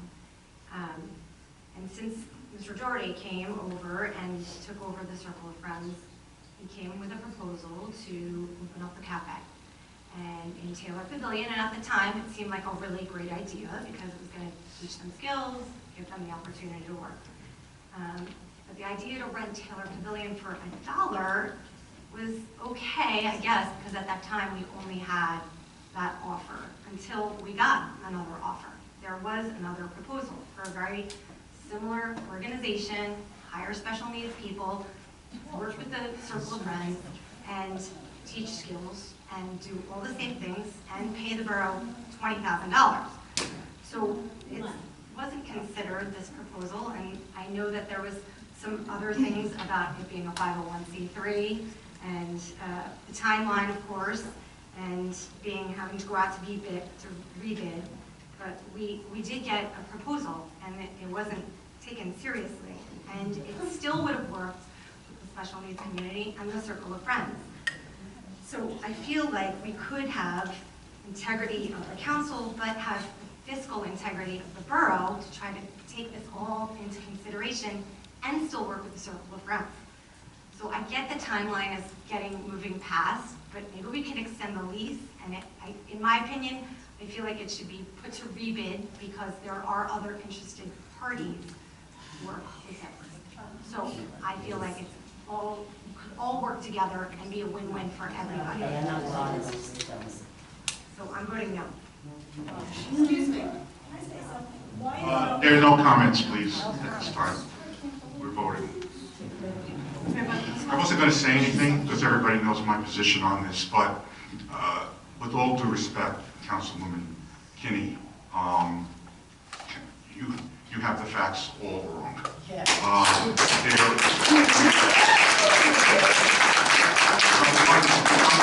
Don't accept bids, that are put in at random. The council and the municipality has to follow the law, and that's what we did. We made a decision when the two bids were not responded to that we were not going to rent the concession. Okay, that was a done decision. And after that, on April 25th, Circle of Friends made an offer to us to use it for their purposes. Okay, and everyone on this council thought it was a great idea.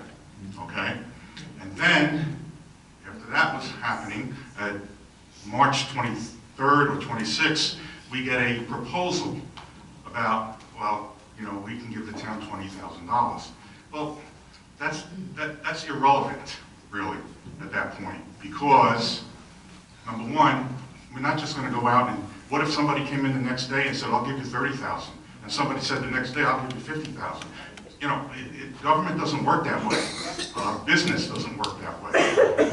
You said something, we said we were going to do it, we we're engaged in a person to rent the space, okay? We just don't rent or do things on the fly.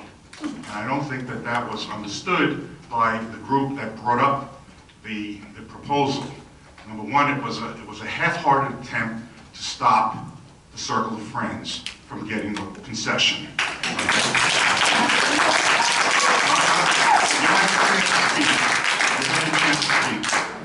And, you know, and I don't believe that, you know, what you stated as what went on is correct. You are entitled to vote whatever you want, but I just want people to know what the timeline was.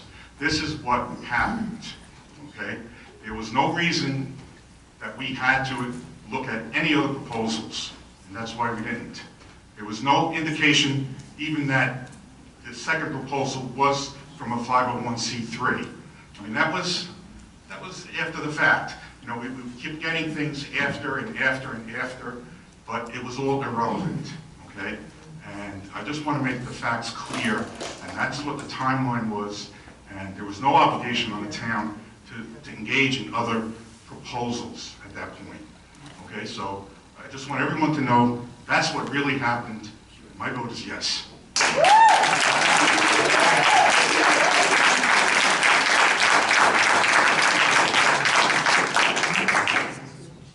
I supported this project in April when it was proposed, and I support it today, yes.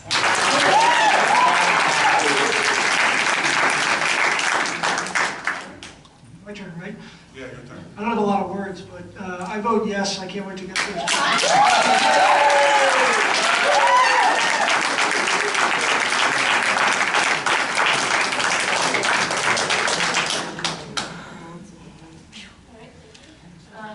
So next is public session. If anyone would like to speak, please step forward, state your name and address. This is public session on any topic. I know it was a hard decision on some people, and I regret that you feel that way when whoever does, but I want to thank you all. I want to thank you all for accepting this proposal, and I want to thank you from the bottom of my heart, giving these kids another chance. And that's from my heart as a parent, not from the circumstance. Thank you all very much. I don't think we'll be sorry.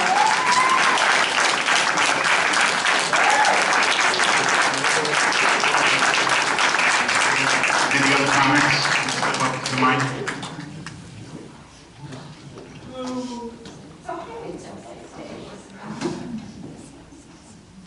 Claire Hayner, 18th and B. I haven't moved. First off, Councilwoman Donovan, thank you for the newsletter. It was the first thing on my list. I appreciate that. Second thing is, living on the corner of 18th and B, I see a lot that goes on in Lake Como, okay? And they happen to paint some signs on the Belmar side of the street. It's a beautiful thing. It wasn't Lake Como, I think it was like the county, maybe, because it wasn't the DPW doing it. It was traffic, painting traffic or whatever. Rent, okay, all right. But what they did at the corner of New Bedford and 18th was they painted a stop sign on the street with letters that are like this, which are also on 5th and 8th Avenue. So on the corner of 18th and B, on both sides, we got little stop signs on the street. So maybe if we could possibly get the big ones in whatever paint that Lake Como, or the grant money used, because it was bright, it was shiny, and it was noticeable. Okay, so that was. This was on the street, painted actually on the street? Yeah, okay. big stop sign, just a big stop sign, okay? The other thing I had was on the workshop. It seems like we have a workshop every week. If there's any possibility of what's going to be discussed at a workshop could be put on the agenda, that would be great, so that if people, didn't plan on coming to the meeting, but maybe there was something that they wanted to hear about, okay, they would know. If we are, I'm pretty much the person who is putting stuff on the agenda. Every council person can put an item on the workshop, but lots of times it's a last minute thing, and it's really just it's a meeting of the council, really at that point. And obviously it would be nice to let people know what we're going to discuss, just so you can hear it. Yeah. But if we know it, we'll put it on. But lots of times it's an 11th hour, you know, like, oh, we want to discuss this, or we want to discuss that.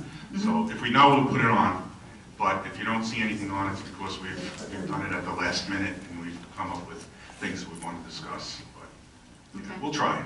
Okay. Hopefully that's something that could be updated in your newsletter. Yeah, there you go, there you go.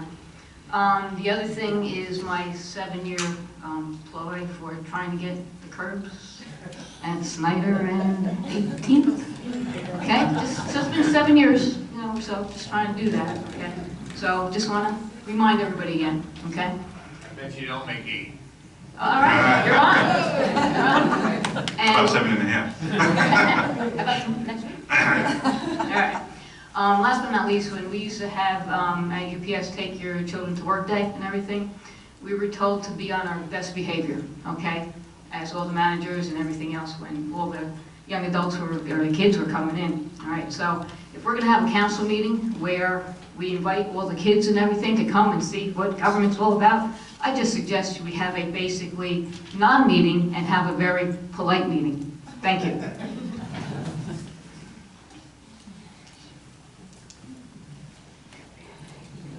Good evening, Tom Dilberger, 1000 River Road. I just have 2 things. Mr. Mayor, about your comments on Councilwoman Kinney's vote.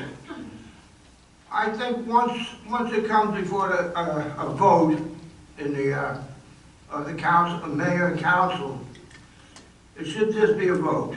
I have a few comments, but the back and forth is over with. Is a yes or a no, as we knew. I think you politicized it a bit there, taking Councilwoman Kinney to task on her vote. Her vote is her vote, and that's it. It was said, your comments, I think, were a bit out of order. Secondly, can I address Councilwoman Kinney? Yes, you can. Councilwoman Kinney, I'm an old guy and everything. I've been through a few things in my life. And injury is one of the top ones and everything. Now, you and Claire spoke about injury with the skate park. The alleged skate park. We don't know if it's going to ever be, but maybe.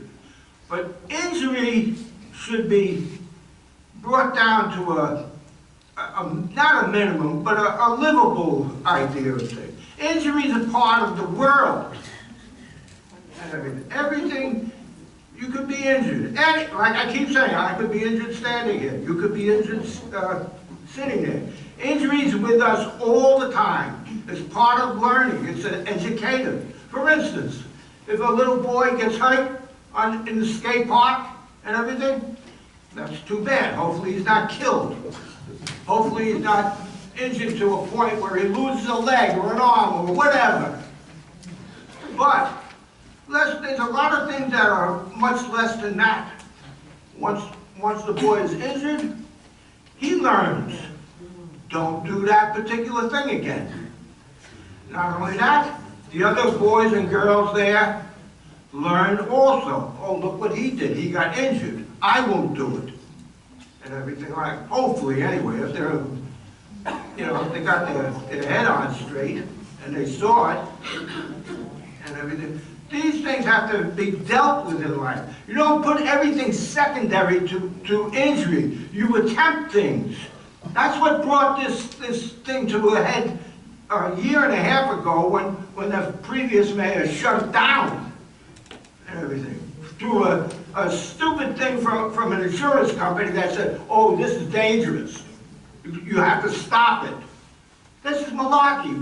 We've done everything in this world, thousands of things. People have been killed, they've been maimed, they've done everything in the world. But you don't stop everything about injury. Let's get this part done.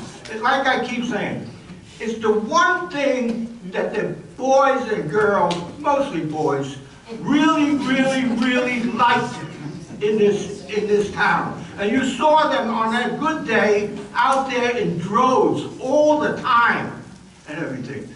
And it got stopped for nothing. And now it's like some sort of unbelievable major project. The Twin Towers wasn't fought over this much. They got down to it and they did it. And a couple of guys on that job got killed. But they did it. Let's get it done. Trying. We are trying. Trying? We are trying. Okay, keep trying. I don't know, that was gone down. Emma Kozak, do I have to reintroduce myself? 1223 Oakwood Road. I just want to thank you again, Mayor Bucafusco, for clarifying the order of events, and all of you guys for accepting our community and just truly opening up your arms to everyone in our community. And again, I want to thank you for clarifying the events, as I didn't think it was a debate. Thank you. Comments?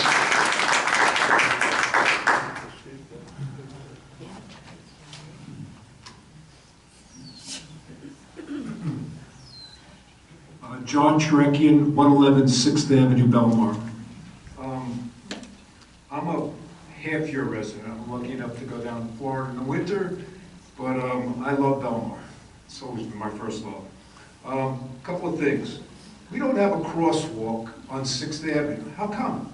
It was taken away during Sandy on the residential side. There's no crosswalk. It hasn't been there for 10 years. It's ridiculous. On 6th Avenue and Ocean, there's no crosswalk on the residential side. I don't know why that would be. So could we please have a crosswalk? Put back, okay. Another thing, I see it in Florida, and I look out my window and I can see the lifeguards freezing their butts off, you know, the weather's terrible. Why can't we get enclosed lifeguard stands to these people? I mean, put the money towards, get the money raise it from, you know, the revenue of beach revenue and get them enclosed lifeguard stand. Not only is it just better for them, they're not getting more sun. I just had melanoma. You know, this way they would be less exposed, you know, to the conditions. So I think it'd be something good. Another thing I see in Avon and I see in Spring Lake, but I don't see it here, cross the seasonal police. There, they cross people, like on really busy streets. We have the guys walking up and down the boardwalk, and they're nice guys. I talk to them, but why aren't they like on 16th where the food stand is, or 17th? Why aren't they crossing people? And, you know, the pedestrians are dodging, you know, the cars. Not everybody stops. So, you know, instead of having them walk the board, some could walk the board, but why not have them as you know, help cross? And the last one is 8th Avenue in Maine. It's like a crapshoot. Do I go in the left lane? Do I go in the center lane? Do I go in the right lane? And everybody gets mad at each other, you know? Like, it's like, I think what they should do is don't have any parking on the rightmost lane and have a left lane, a straight lane, and a right lane. And this way, everybody's happy. It's so confusing. It's like unfortunately, that area is controlled by the state. So we need to go to that. That's a state road. That's 8th Avenue, not Main Street. No, 8th Avenue is a state road. As you turn off of 35, that's Route 71. Turns. Route 71 and 35 are basically together. So it has something has to be done by the state to do that? And we've already reached out to them because they have a project which was approved to improve the crosswalk by the senior center, and you know, along with that, the improvements to 8th Avenue and doing the exact same thing you're saying with the lanes is part of the plan. It's been like that for 40 years. I mean, I've been coming here for 40 years. It's but crazy. you know, they are the ones who can only make those changes at that point. But we'll, you know, we keep trying to get them to do it. But. Good. I have one more thing I just remembered. I went to the beach the other day. I love the beach. Somebody's smoking on the beach, right? So I reported. I don't want to go up and be confrontational. So I went to the lady who was guarding the beach. She was very nice. She reported it. And then I came back, and the person was smoking. Okay, I didn't say anything. I got off the beach. She said, you know, I did report. Now, this might sound counterintuitive, but there's no warning for people drinking on the beach, which doesn't affect my health. It doesn't affect my health, but the smoke blowing at me does affect my health. So why are those people given no ticket? They should get a no warning ticket also. I think either that or, both of them should get warnings, I don't think it's... We'll discuss that with the chief. Okay, thank you very much. Thank you. Any other comments? Please come on up.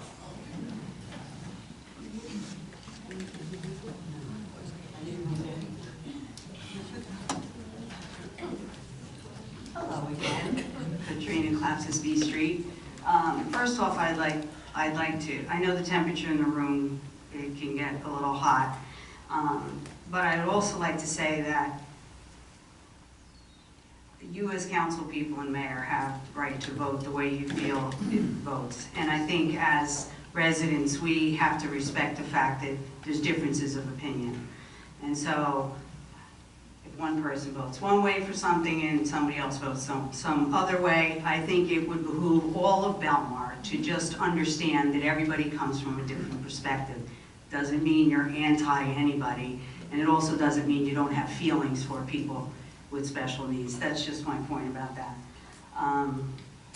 So I do want to say something about the Taylor Pavilion in general for going forward.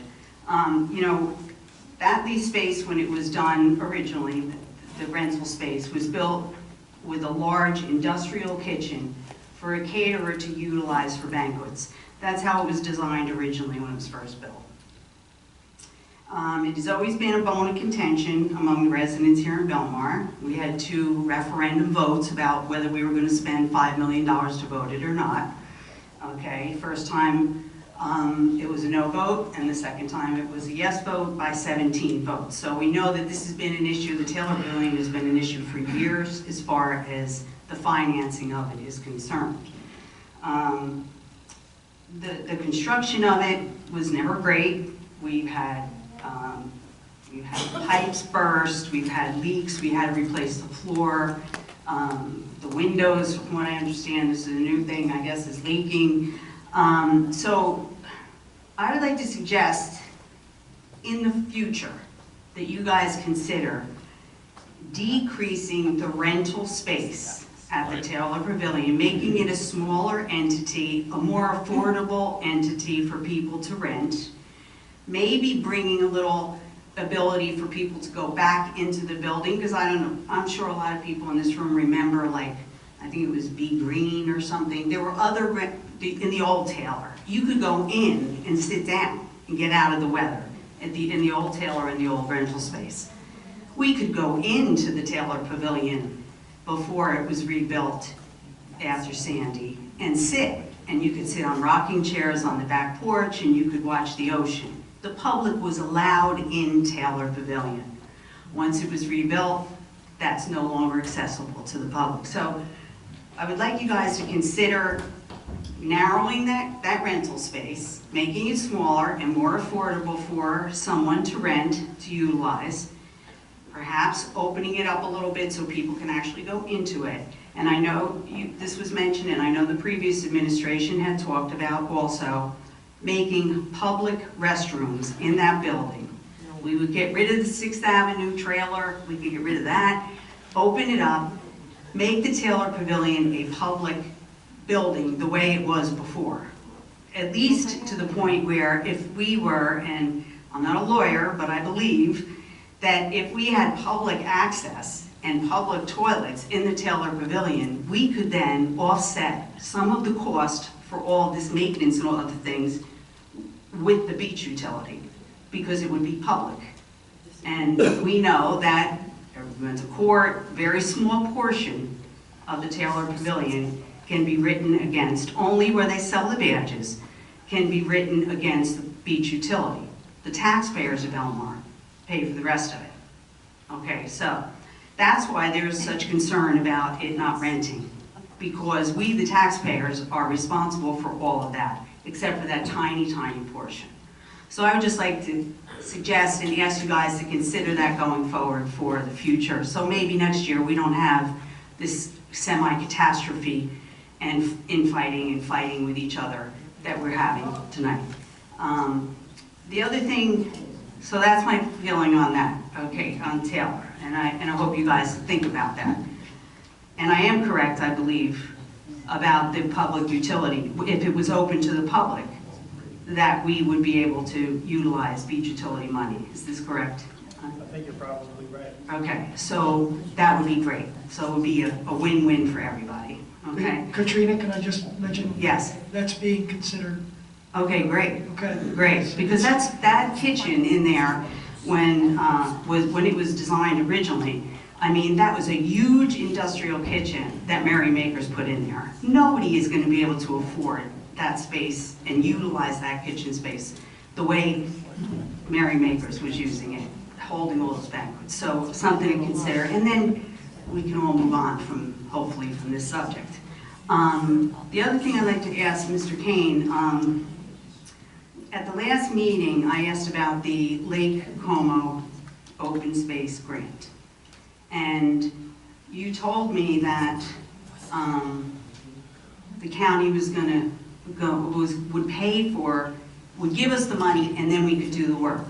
But I've since looked into that a little bit, and I'm not sure you're correct, and I hope that you can clarify for me. Isn't it true that we have to bond for the money, we have to do the work, and then we have to submit, and it has to be inspected, and then we submit and get the actual money? I'm not talking about the application, whether they're going to say, yes, we're going to give you the grant or not. I'm talking about the actual money coming into Belmar.